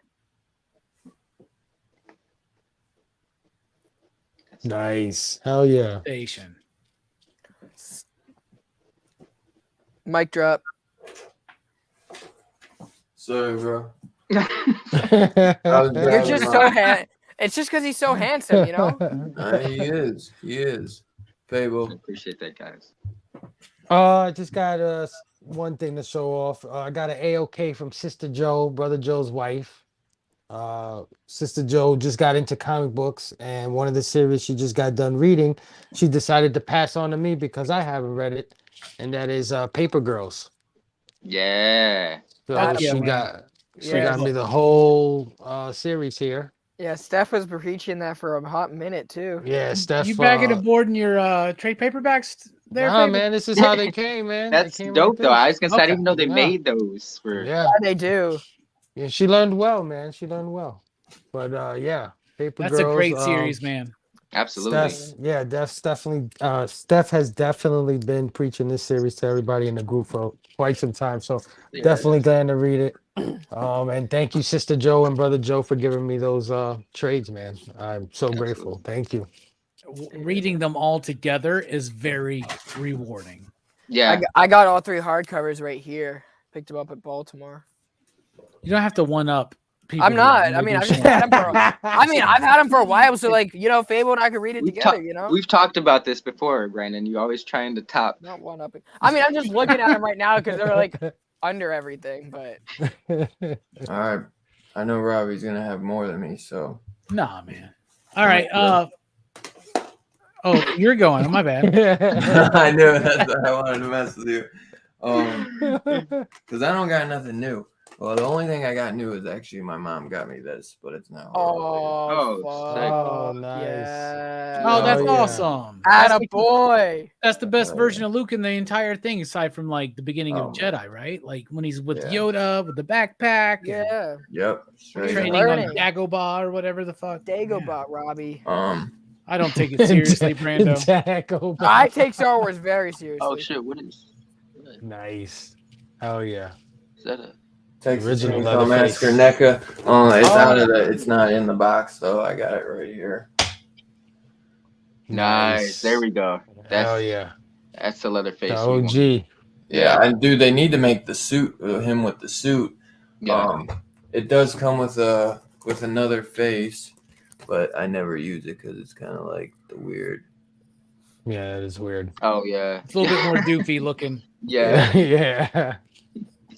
Super doofy looking. And then I got Scarpad had gifted me this because he had sent 2 copies. This is the remastered Texas Chainsaw Massacre Steelbook. I like that case. It has literally 4 audio commentaries on here. One with Tobe Hooper, Gunnar Hansen. It's like disc one of the. Burns. It's like disc 1 of the collector's edition or some shit like that.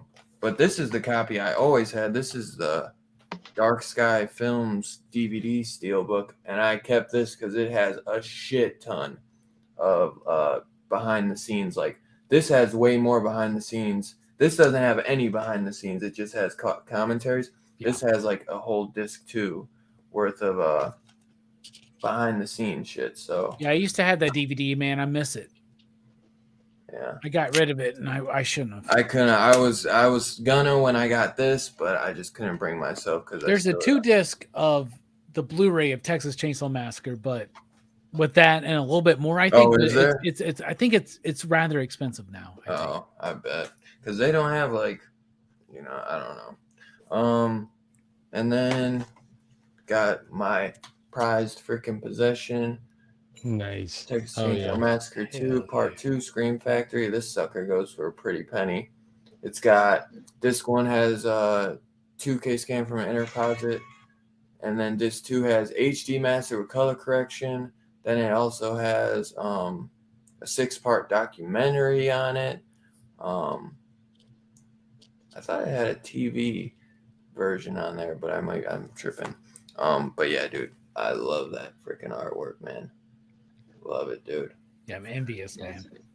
And then I also got Warner Brothers Archive Collection, Leatherface. Nice. Very nice. Which that's I have fun with this one too. I have fun with that. Freaking Viggo Mortensen. Texas Chainsaw Massacre: The Next Generation. There we go. Got some Pretty Woman, Leatherface. And last but definitely not least, the 2003 Jessica Biel Texas Chainsaw Massacre. I got to get that. That's another one I need to get, is the sequel / prequel to this, the beginning. Oh yeah. Because I do like that one as well. And yeah, that's all I got. And then obviously we will be reviewing The Gate next week, which I can't wait. is one that we have been wanting to do for a while now. So I'm glad we're going to be doing that. Nice.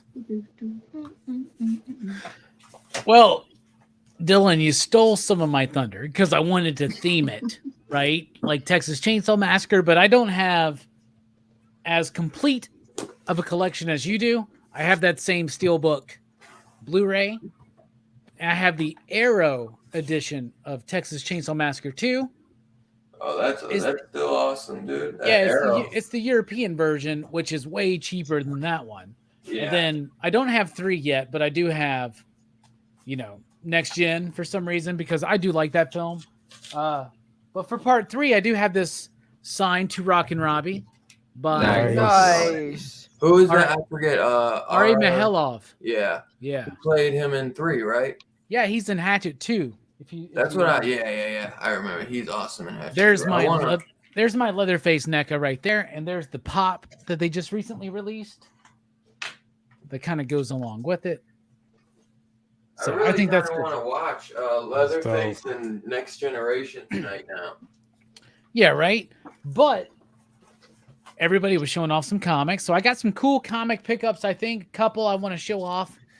There's an Amazing Spider-Man 298 newsprint edition, super low grade, but that's Todd McFarlane's first issue of Amazing Spider-Man, first appearance of Venom's hands. Then we got Incredible Hulk. What is that? 393. Nice. I just love that cover, and it's a newsstand as well. People seem to care about that because they think they're rare. We're gonna let you in on a little secret. Newsstand editions are not fucking rare back in those days. Anyway, I haven't bought a big load of horror movies in a while. So one of the benefits about Dylan, we know what Dylan's doing for the next 3 months. And so I can kind of buy things in anticipation of what we're covering and what I want. So just in this week in the collection, I got The Gate. Nice. Oh yeah. Nice. I got Ghost Story. Hell yeah. I got The Entity. Nice. Oh yeah. And I got The Kindred. That Dylan hyped me on. Dylan already got this, but and this is wild. Got the slip, and it's a steel book. Dude, isn't that awesome? Yo, that's fire. Dude, I've never seen this movie, and I've spent way too much on it, but I've heard of this movie, and I cannot wait to watch this fucking movie. In fact, tomorrow morning I got to watch Master of the Flying Guillotine, and I'm half tempted to be like, nah, man, watch The Kindred. I'm But, like that. I've been dying to watch it too, but I'm like waiting till I want to review it. yeah, I'm ready, man. So fuck yeah, gotta yeah. Yeah, that's what I got this week, and I'm excited for those movies, man. You say The Because Kindred? when we Nice. what's that? Yeah, The Kindred. Oh, nice. Different one. Oh, You just had that ready? You're just like right No, there. I'm right gonna next hold to up my this. boxes, I was bro. gonna- I'm right. Oh, I was gonna say Oh, here's look at you. $2.99 signed by Michelini. I had not a Nice. newsstand, because apparently they're not rare enough to be in my collection, But I don't have a $2.99, man. I'm envious. That's dope as fuck, man. Yeah, I have. It was funny because a buddy of mine actually gave me a whole collection for free. It was like a whole long box, Wow. and $2.98 was there, $2.99 was there, and then $3.01 to $3.20 was there. But I sold the $2.98 for like someone gave me like ridiculous offer. I was like, okay, but yeah, I was really impressed with the condition in it and getting to talk to David about it. It's dope. Which is the first full appearance of Venom. Don't get that confused with 300. Heck yeah. Oh yeah, man. Steph, you got anything coming up on the channel you want to talk about before we get out of here, my brother? Beyond my shows with these two gentlemen to my would it be my left or my right? It's On your confusing left. on this side. On your right, But actually. yeah, but that's yeah. And tomorrow we got what movie are we doing? Shit. No, Chronicle. We have Chronicle and Blame Fable, the modern classic. No Good's gonna be on there. No Good Comics. That should be pretty fun. Always a good time. And then we just released Archives. I'm sure Brandon would have told you that, but I'll beat him to it. For Comics Kings, the Archive segment, we reviewed the Claremont Miller classic Wolverine 4-issue run. That was pretty fun. Nice. Oh yeah. And then we got Battlestar Galactica this week. We're covering that, of course, on Let's Talk About It Remastered over on Big Herm's Collectibles. But Sick. yeah, that's in the pipeline for this week. Hell That's yeah, my it, brother. though. Awesome. Brandon, what you got popping, my brother? Other than Archives, we had a great interview with Cy Spurrier talking about X-Men, Step by Bloody Step, which Robbie, I think you're gonna dig if you haven't checked it out already. What he was showing, what he was talking about was really insightful. I love the way that he thinks. Tomorrow at 1 o'clock Eastern time, we're gonna be live with Matt Hawkins from Top Cow. They are sending it. We are recently it can announce that we're partnering with Top Cow, so they're sending us creators. And we're gonna be interviewing them. So first one is one of the CEOs of it, Matt Hawkins. So that's a very exciting opportunity. I'm excited for it. Matt Hawkins is a staple in the indie comic industry. So I'm really excited to talk about his new book, Colossus. He said it's has a lot of his personal life experience. So we're going to be getting into that. And then we great work too. Check out his book, Think Tank. It's a really good book. Yeah, I was looking at that. I'm going to have to just contacted my LCS the other day, asked them to order the trades for it. But station on the connect with Top Cow. If you ever get Silvestri's email, please, brother. Just let me know. You can be on the monthly review. He's coming on March. He's gonna be on the show in March. Nice. You don't say. We have we have a booked line. We're fully booked until June right now. So all right. It's I got Maddie's email. Maybe I need to reach out to him. Anyway, that was a weird stretch. I'm just fucking with you, man. Go ahead. But we got weekly wrap up, which is right before PCP movie night. It's at 8 o'clock Eastern time. Other than that, Creators Corner, you guys will know when I do when we're gonna release the dates. Next up, we have Matt Fraction, Terry Dodson, which is gonna be March 6th, day before my birthday. Steph's gonna be with me doing that. We're gonna be talking about Adventure Man, Iron Man, Hawkeye, all that good stuff. And their Uncanny X-Men, which that's where Adventure Man got started. So. A lot of fun stuff coming up on the channel, which I'm excited about. Nice. Hell yeah, bro. Good going, bro. Man, you're on the come on. Definitely go sub my boy up at Comics King if you haven't already. Hey, PCP subs up. Sub up all these fine young gentlemen. All these guys are worth it. Everyone in the chat is worth it. Facts. Everyone on the panel is worth it. Fable, my brother. Let's hear about that Blame Fable show. Well, before the Blame Fable show, I was on No Good Comics channel earlier today. We do a comic. I forgot the name of it. Comic community Origins? chat or Comic Comic- Community Origins. Comic Comic Collector Collector Origins. Origins. There we go. I was on that with him, and we talked about how I got into comics and stuff like that, and some of my favorite things today. So that was a lot of fun. Go check that out. Of course, tomorrow we got the lead-in show to Rock and Robbie Live, Blame Fable Tonight with Missing Link and Big Herm, the best goddamn pop culture show on IG. Damn, that was hard to say. Big facts. I like the goddamn part. That was Not even That added flexing, that just nice spitting touch facts. to it. That was like the cherry on top. Where we're gonna have No Good Comics, the same gentleman I was on with earlier. He's gonna be on our show, and we're reviewing the movie. You ready, Steph? We're yes. reviewing the movie Chronicle, modern sci-fi classic. And of course, getting into the blame and talk about pop culture news, which I most definitely ripped from Rock and Robbie's pop culture wrap-up show. So check that out tomorrow. Special start time 4 p.m. Eastern. Yes, I forgot about that. Thank Of you. course, we got Steph said it. Let's talk about it remastered with Big Herm. That's his show with myself and Steph. And yes, we're going over Battlestar Galactica. I believe episodes 7 and 8. Yep. 7 and 8. Yes, sir.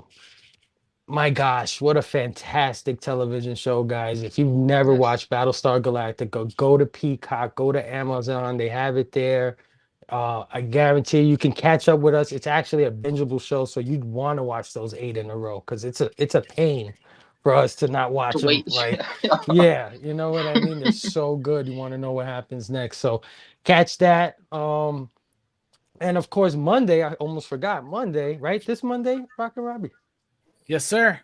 This Monday, we're gonna be on the movie, pop culture movie thing that Robbie does, and of course we're covering Weird Science, one of my favorite 80s comedies from one of my favorite 80s directors, John Hughes.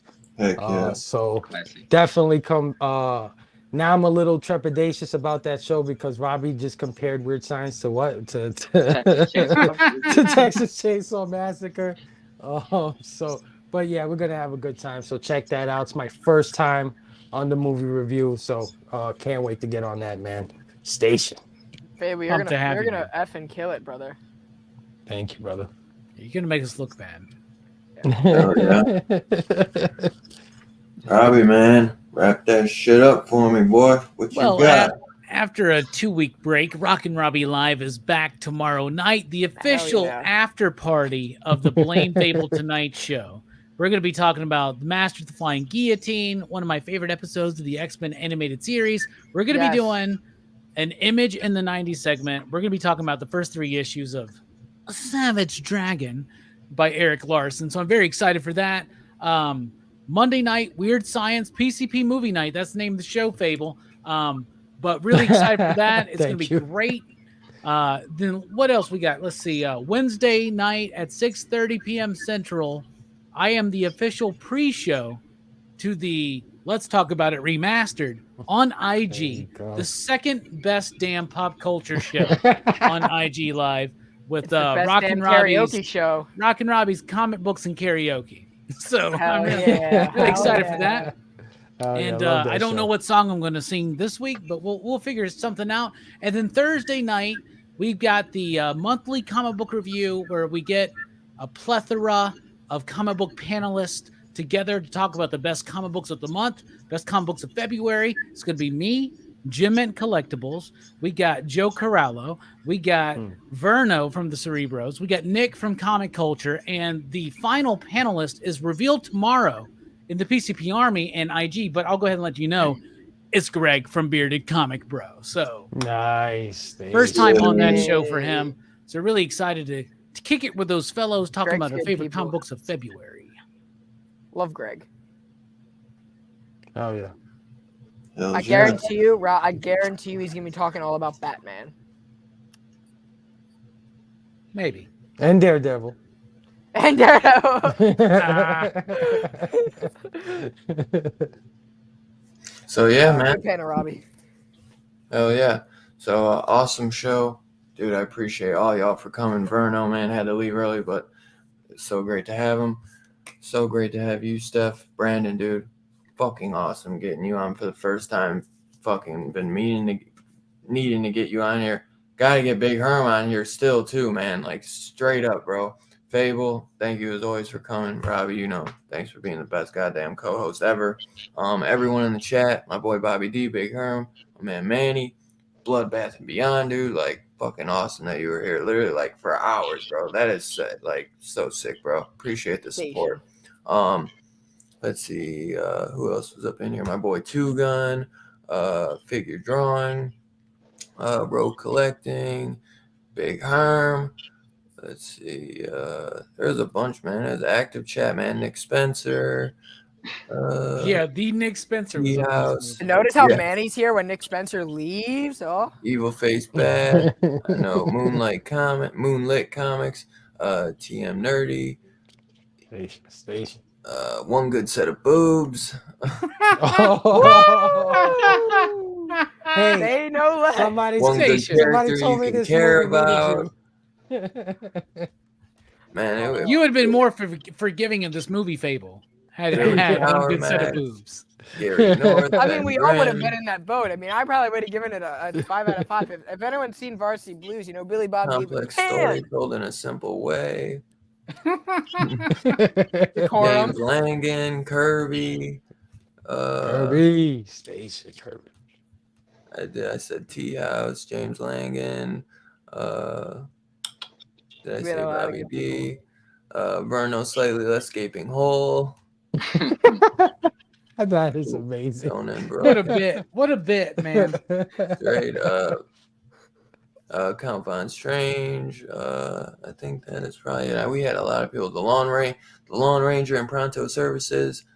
And Mike 06 up in here. And my boy TK's Batcave was up in here. TK, Mike 06 is up. Mike Zero, hell yeah. Varsity Blues is good. I don't want your life. Varsity Blues is great. I don't want Mox. And that's a horror movie, right? We can cover that. If we did Legend, we can do that one, right? I mean, yo, Varsity Blues. I watched it just for Paul Walker. The real John Carter was hyping me up all damn day too, man. And if I didn't see your name, it's because it cut me off. Oh, Brett Hatch. That was great, man. But man, dude, straight up, what a great live chat, man. Like seriously, man, it was such a great show, man. Dude, thank you, Bloodbath. Dude, it was great to have you here, man. Like the chat was so fucking active tonight. Y'all go check them out. Was awesome. Great channel. I'm gonna definitely talking about horror movies in a very cool way. I agree with them a lot, and they're always entertaining. They're super cool. So how much do we get for the shilling tonight, though, Robbie? 2 packs of bacon. Yeah, they're gonna send me a pack. It was gone, bro. They're gonna send me a pack of marshmallows, and I have to divvy it out to everybody. But yeah, you know what, PCP, the bits never die, man. The bits never die. Speaking of them, hold on. Log snap, table. snap, crack, snap, crack, snap, crack, crack. Pop, pop, boom. $8. But yeah, man. As Vern said earlier, the gate is on a bunch of streaming services, Amazon Prime, Tubi. Nice. So do your homework this week and be ready next Saturday because it's gonna be a fun one. It'll be a good deep dive, man. Practical effects, man. The young Steven Dorff, man. All the galore, man. It's gonna be awesome, man. And I can't wait because this has been a highly requested one, like since we started the channel, man, or since we started the horror show. So definitely gonna be a fun one, man. Hell yeah, Bobby D, dude, it's always so great having y'all. You guys are absolutely the best. Cannot wait for next week already. I hope y'all have a great rest of your weekend, man. And we'll catch y'all later. Hold on. You try anything, you're gonna get canceled, bro. Yeah. We're on live. Is this real? Is this real? Where's the party going? I want to be there. It's on the bus. It's going 5 miles an hour. You can still catch it. This ain't real, man. It's all fake. Is this real?